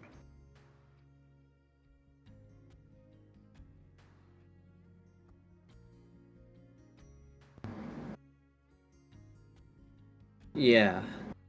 Ugh. Also, it's probably not a good thing to just drink whatever Saga gives you. I met her once, and she seems like the type to want to spice up events she goes to. No, you're right. I didn't think she.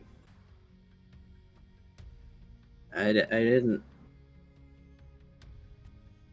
Wait, what was I thinking?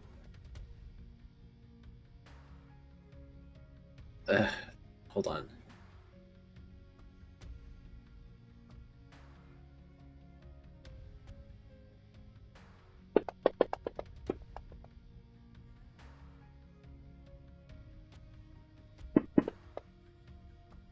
Hey.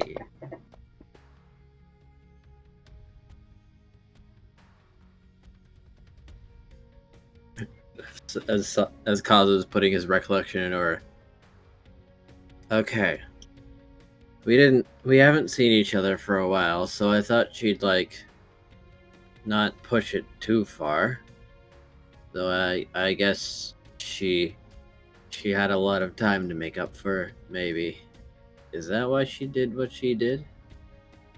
Maybe. She also was giving me a lot of looks. Looks. Yeah, throughout the night. Like, that she wanted to prank you too or something? Well, there's that. She looked mildly interested, and then after a little bit looked far more interested. Oh. I don't know what to make about that one. She mentioned, apparently she's never seen someone's name written in cursive before in someone's head.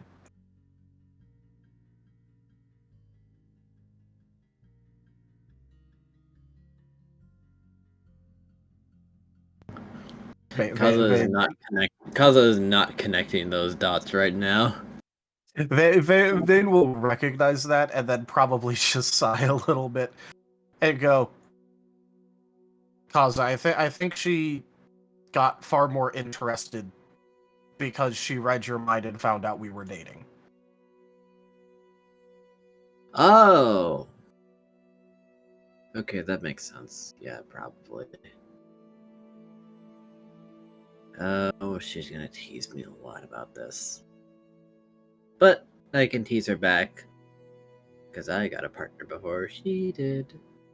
Sip. Okay, well... Serious partner. Hers don't last more than a week. Sip. Okay, well... At least, you know, you're taking this pretty well. I figured you'd be more upset about it. I mean, I don't really like it when she reads my mind. But, I mean... I was gonna probably tell her anyway. It's a little early. Okay, well, maybe, Ooh. but that wasn't the point. Okay, Boo on her. She really shouldn't be reading your mind without your permission. Yeah. Bad. Boo on her. But yes, you were already planning on telling everyone anyway. Yep.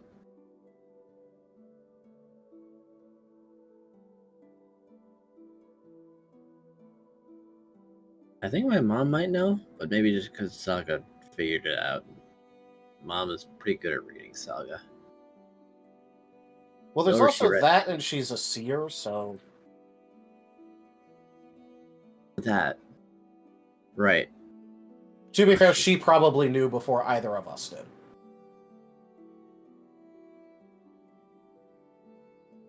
Oh.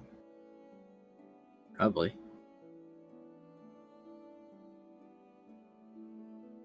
I assume she'll be I don't supportive. think your dad knows though. So I don't think either of them told them.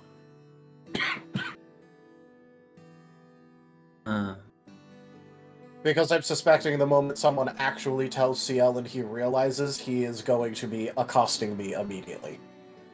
In a positive way, but still. That sounds like something he'd do. Yep. He'd probably do that. So, I'm expecting that at some point in the future, he's just going to burst in and do something CL-like. Okay. I'll see if I can't be ready for that.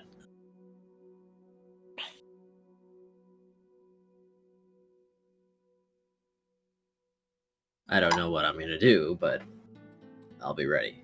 Maybe I'll just teleport us very far away and it'll buy us half an hour, maybe. I can play keep away for a while. I'm sure you can, Kaza. But also, I do appreciate that you're willing to do that, but also, I'm going to have to eventually be around him a bit anyway, so he's going to do it anyway.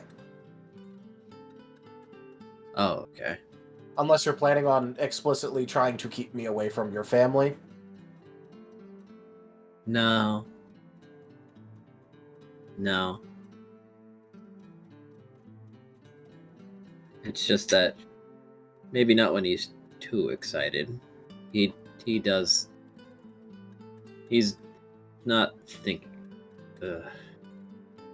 As he's going to just lay on his back. Kaza, I definitely understand what you're trying to say, but also, it's CL. If you try and play keep away too much, he's just going to get more excited when he finally gets to talk to me about it. Dang it. So again, I appreciate you being willing to just teleport us around and play keep away from your father because he's going to be too excited. But he's going to be too excited no matter what, so... Might as well get it over with and spare you having to teleport around constantly. Not like it'd be bad training or something, but we could just get that out of the way anyway. Fair enough. Also, absolutely no teleporting until you feel fully better. No, I don't. Yeah, I'm not. I'll recover from this soon. Apparently, Pecha berries can help with that if you want to end up getting some Pecha berries, but... Oh, yeah, I heard about that. Yes. Oof. Is he going to sit up again? I'm gonna go get some. From the canteen. Or something. You'll probably have to buy them from the desk or something, because item. Oh, I don't know if they offer just raw Pecha berry in the canteen. Maybe if they work it into a food, but... Maybe if I ask for it as just a glass of Pecha juice. That's probably got the effects. Well, if they can make oranberry bandages, I'm pretty sure actual Pecha juice will still give some of the effects, yes.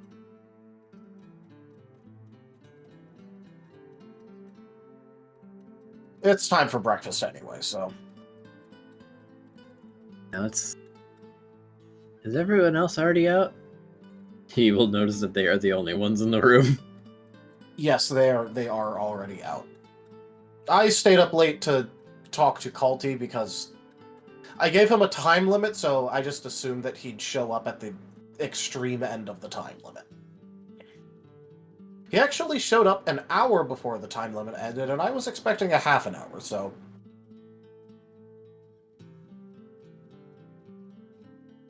Is that a sign of improvement?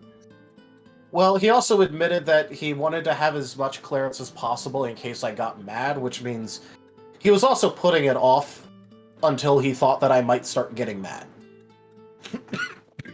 But he did also show up on time and actually listen to what I had to say before running off.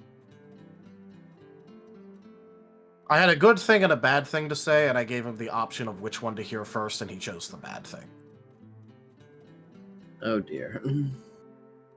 I gave him multiple opportunities to change his answer about it, because I already knew that he'd react the way that he did. But he did actually finish out the conversation before just leaving. So there is that. He didn't hear the good thing, but he said he didn't want to because it gave him something to look forward to.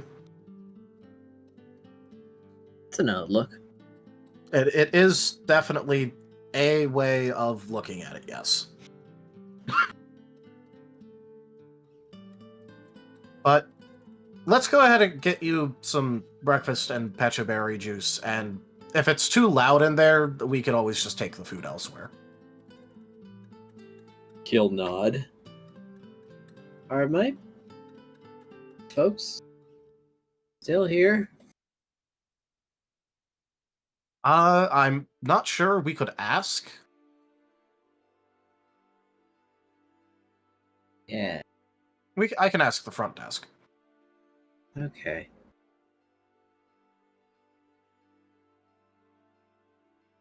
So let's get you to the canteen. I'll go and ask for you while you, eat some breakfast and pecha berry juice. And I guess if it gets too loud, just go back to the room.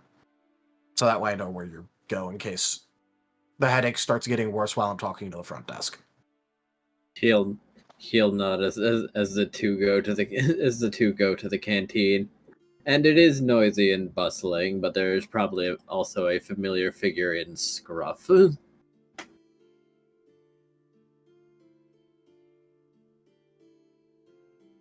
The only thing Vane will tell Scruff is just make sure you drink at least something hydrating at some point.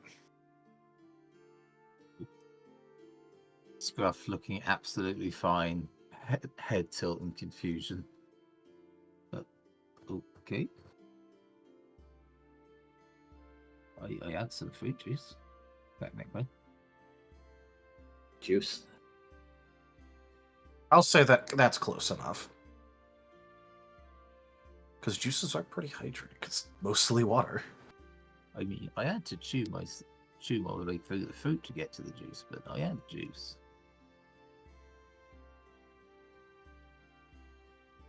Just so long as you had at least something hydrating. You may be a ground type, and so you could probably get away with not having too much, but you did also consume a large amount of alcohol, and that dehydrates you, so. Oh.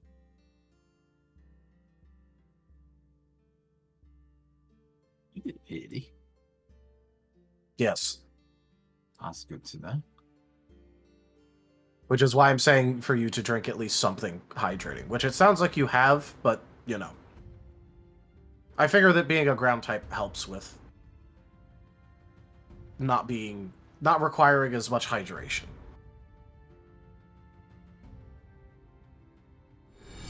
A generous bestowal.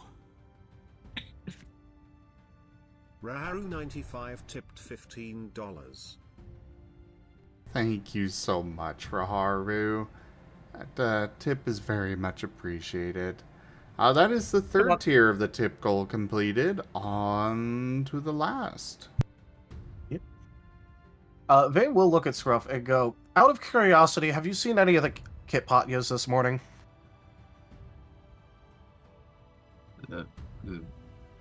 Kaz's family. They're the Kitpatya family, so. I've seen the inside of a wonder bag. I've seen the inside of a melon. I've not seen any of Kaza's family, no. Dougie and Dalton will will wave, but not interrupt the conversation.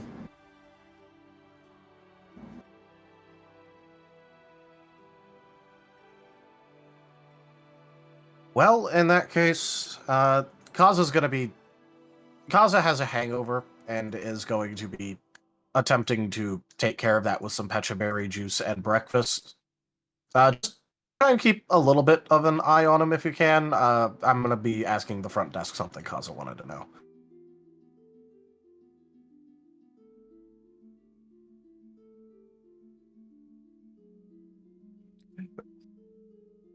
Vane figures that telling... Oh. Can you guys hear me? I can hear you. Yeah, my Yeah. internet just, like, shut off to, like, nothing, and so I was like, am I audible? Apparently it just lied to me, but okay. No, mine did a little dip as well. I'm just gonna blame it on Concrud, because as we all know, furries run the internet, and we just had a whole bunch of them go away for the weekend, you know? True.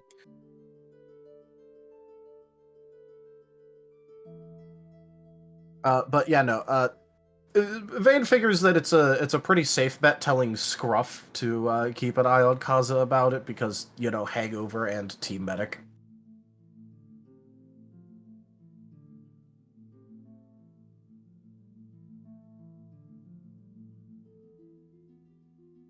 Sorry, what was that again, Tal? Oh, Vane figures that telling Scruff to keep an eye on Kaza over the hangover and all that is a pretty safe bet considering, you know, team medic. Yeah. And Vane will just be going to the front desk in order to ask if the Kit Potkas are still around. The answer would be yes. As a branch manager, Taranio gave them made sure that they had a room, even if it was just under CL's name. In that case, what room number are they staying at? The room number would be distributed. All right. And Vane will then be returning and looking for Kaza again. Is he still at the? Or did he decide that's a bit loud? He stuck around, though it does seem that team's Snack Attack is fairly interested in talking to him. Oh, that's good. And he is not quite sure how to respond because they're like very friendly and he doesn't know them, and this is slightly unusual for him.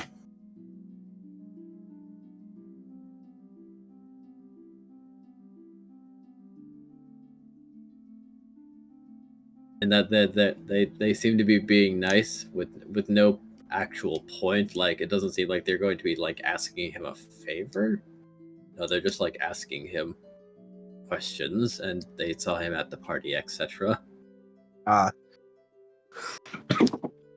Well, Vane will come back and he won't like interrupt immediately.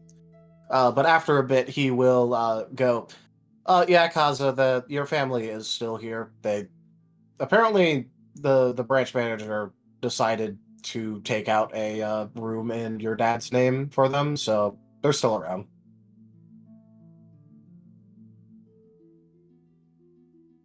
That's great. We should see them later. Sorry, what'd you say? We should see them later. Okay, well, I don't know how long they're going to stick around, but we can definitely try to. Okay. We'll talk later then. Thank you. And he'll like nod slightly at the duo, who nod and go back to observing Scruff inhale food and also inhale their own foods. There's like Oh, a you- small stack of plates besides each of them. Yeah. So do you want to go talk to them right now, Kaza, or is that just more like a later plan? I'm gonna finish this juice first. Okay. In that case, Scruff, when we do end up going and talking with the rest of Kaza's family, do you want to come with, or do you want to hang around with your team Snack Attack, right? They'll nod as one of them quietly slides a plate of sliced mango in front of Kaza.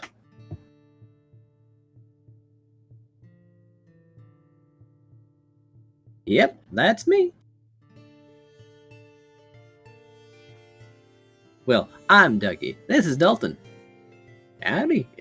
Hello there. It's nice to meet you.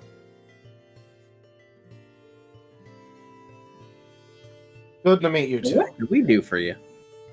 Oh, you were interacting with Scruff at the very least and talking with Kaza when I came over, so I figured I should at least acknowledge that I know who you are, I believe, because I did at least see one of you with making a delivery. Yeah, you were in that meeting, weren't you? Well, nice to meet you, but we gathered after watching you at the party that you don't care for interactions too much, so we will acknowledge that we know each other, we have interacted with you, and we wish you a good day. I find this acceptable.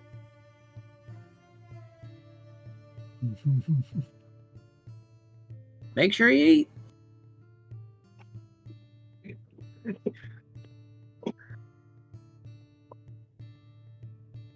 His opinion of them has risen slightly.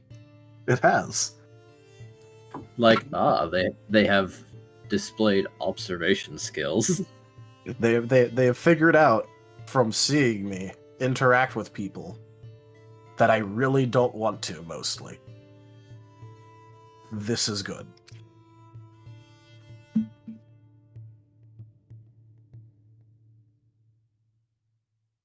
But yep, I guess Vane will just be waiting until Kaza's done with his drink. Unsure when a plate of fruit, the platter of fruit was put in front of him. He's starting to wonder if he'd order this and starts eating that too. I mean, Vane isn't gonna complain. Scruff watches in approval.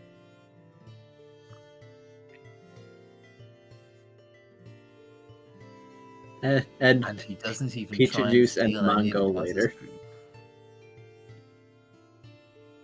food. He does get up, now significantly more steady on his feet, but still with a slight headache. ready to go interact with his parents. Yep. And sister. Scruff, did you end up wanting to come with, or were you just gonna keep talking with them? I should probably come and pay my hellos to him.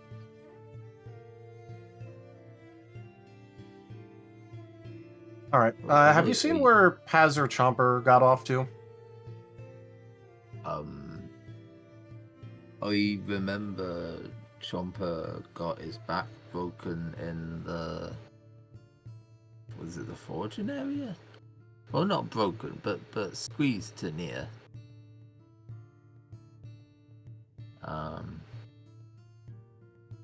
I think he's off with Squirrel. And Scruff Paz? casually drops that broken information and nomps a bit more food. I've Vane not was going seen to react, Paz, but Scruff, so- corrected it. Near broken, I'm not sure I've seen Paz since the party. Since Kaza gave us all that big group hug. Well, I guess if he doesn't show up again around here, at least by, I don't know, the afternoon, let me know. Hey. And Scruff, after mentioning the hug, will turn to Kaza. I was like, oh, that was quite nice, by the way. We should do that more. Continues eating his breakfast. His face is becoming flush. I mean, funnily enough, I was just about to say, I think Paz would probably head to eat after taking his impromptu shower or bath rather. But by this point, he'd be way though. The bit where So- you called us all, I know you quote, mine, were also quite nice. Thank you very much. And he's just gonna gently pet with Shadow Claw and move more food in front of Kaza and then continue eating. You do get a Dougie little is- bit possessive. Dougie is going to say one more thing though, and he said like, "Oh yeah, one thing though. That's a cool cloak you got on right now, Vane. When did you put that on?"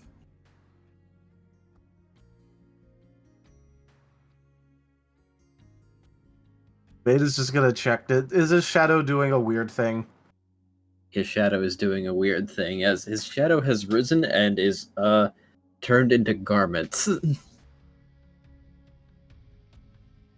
The Vane is just going to explain in a pretty non-explanatory way, which is just my shadow is semi-autonomous, so sometimes it does stuff like this. They'll nod and then just look over to Scruff. Oh, yours does weird things too. Okay. Yes, completing the shadow with the shadow claw. No, they're No. talking about the void parasite. The void. Ah, Because it does like the whole like weird shadow thing manifestation. yeah, fair. My Shadow Claw's not that weird, is it? Scruff with no memory. What happens when you're drunk stays when you're drunk, apart from when you're awake around people who saw you drunk.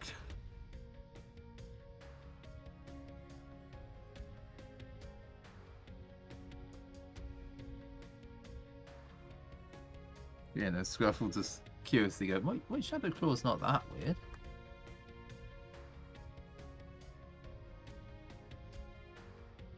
At least Ian didn't seem to think so. By the way, we are actually over the 4-hour mark. Ah. Then perhaps it might be time. It might be time to end things for now. Alright.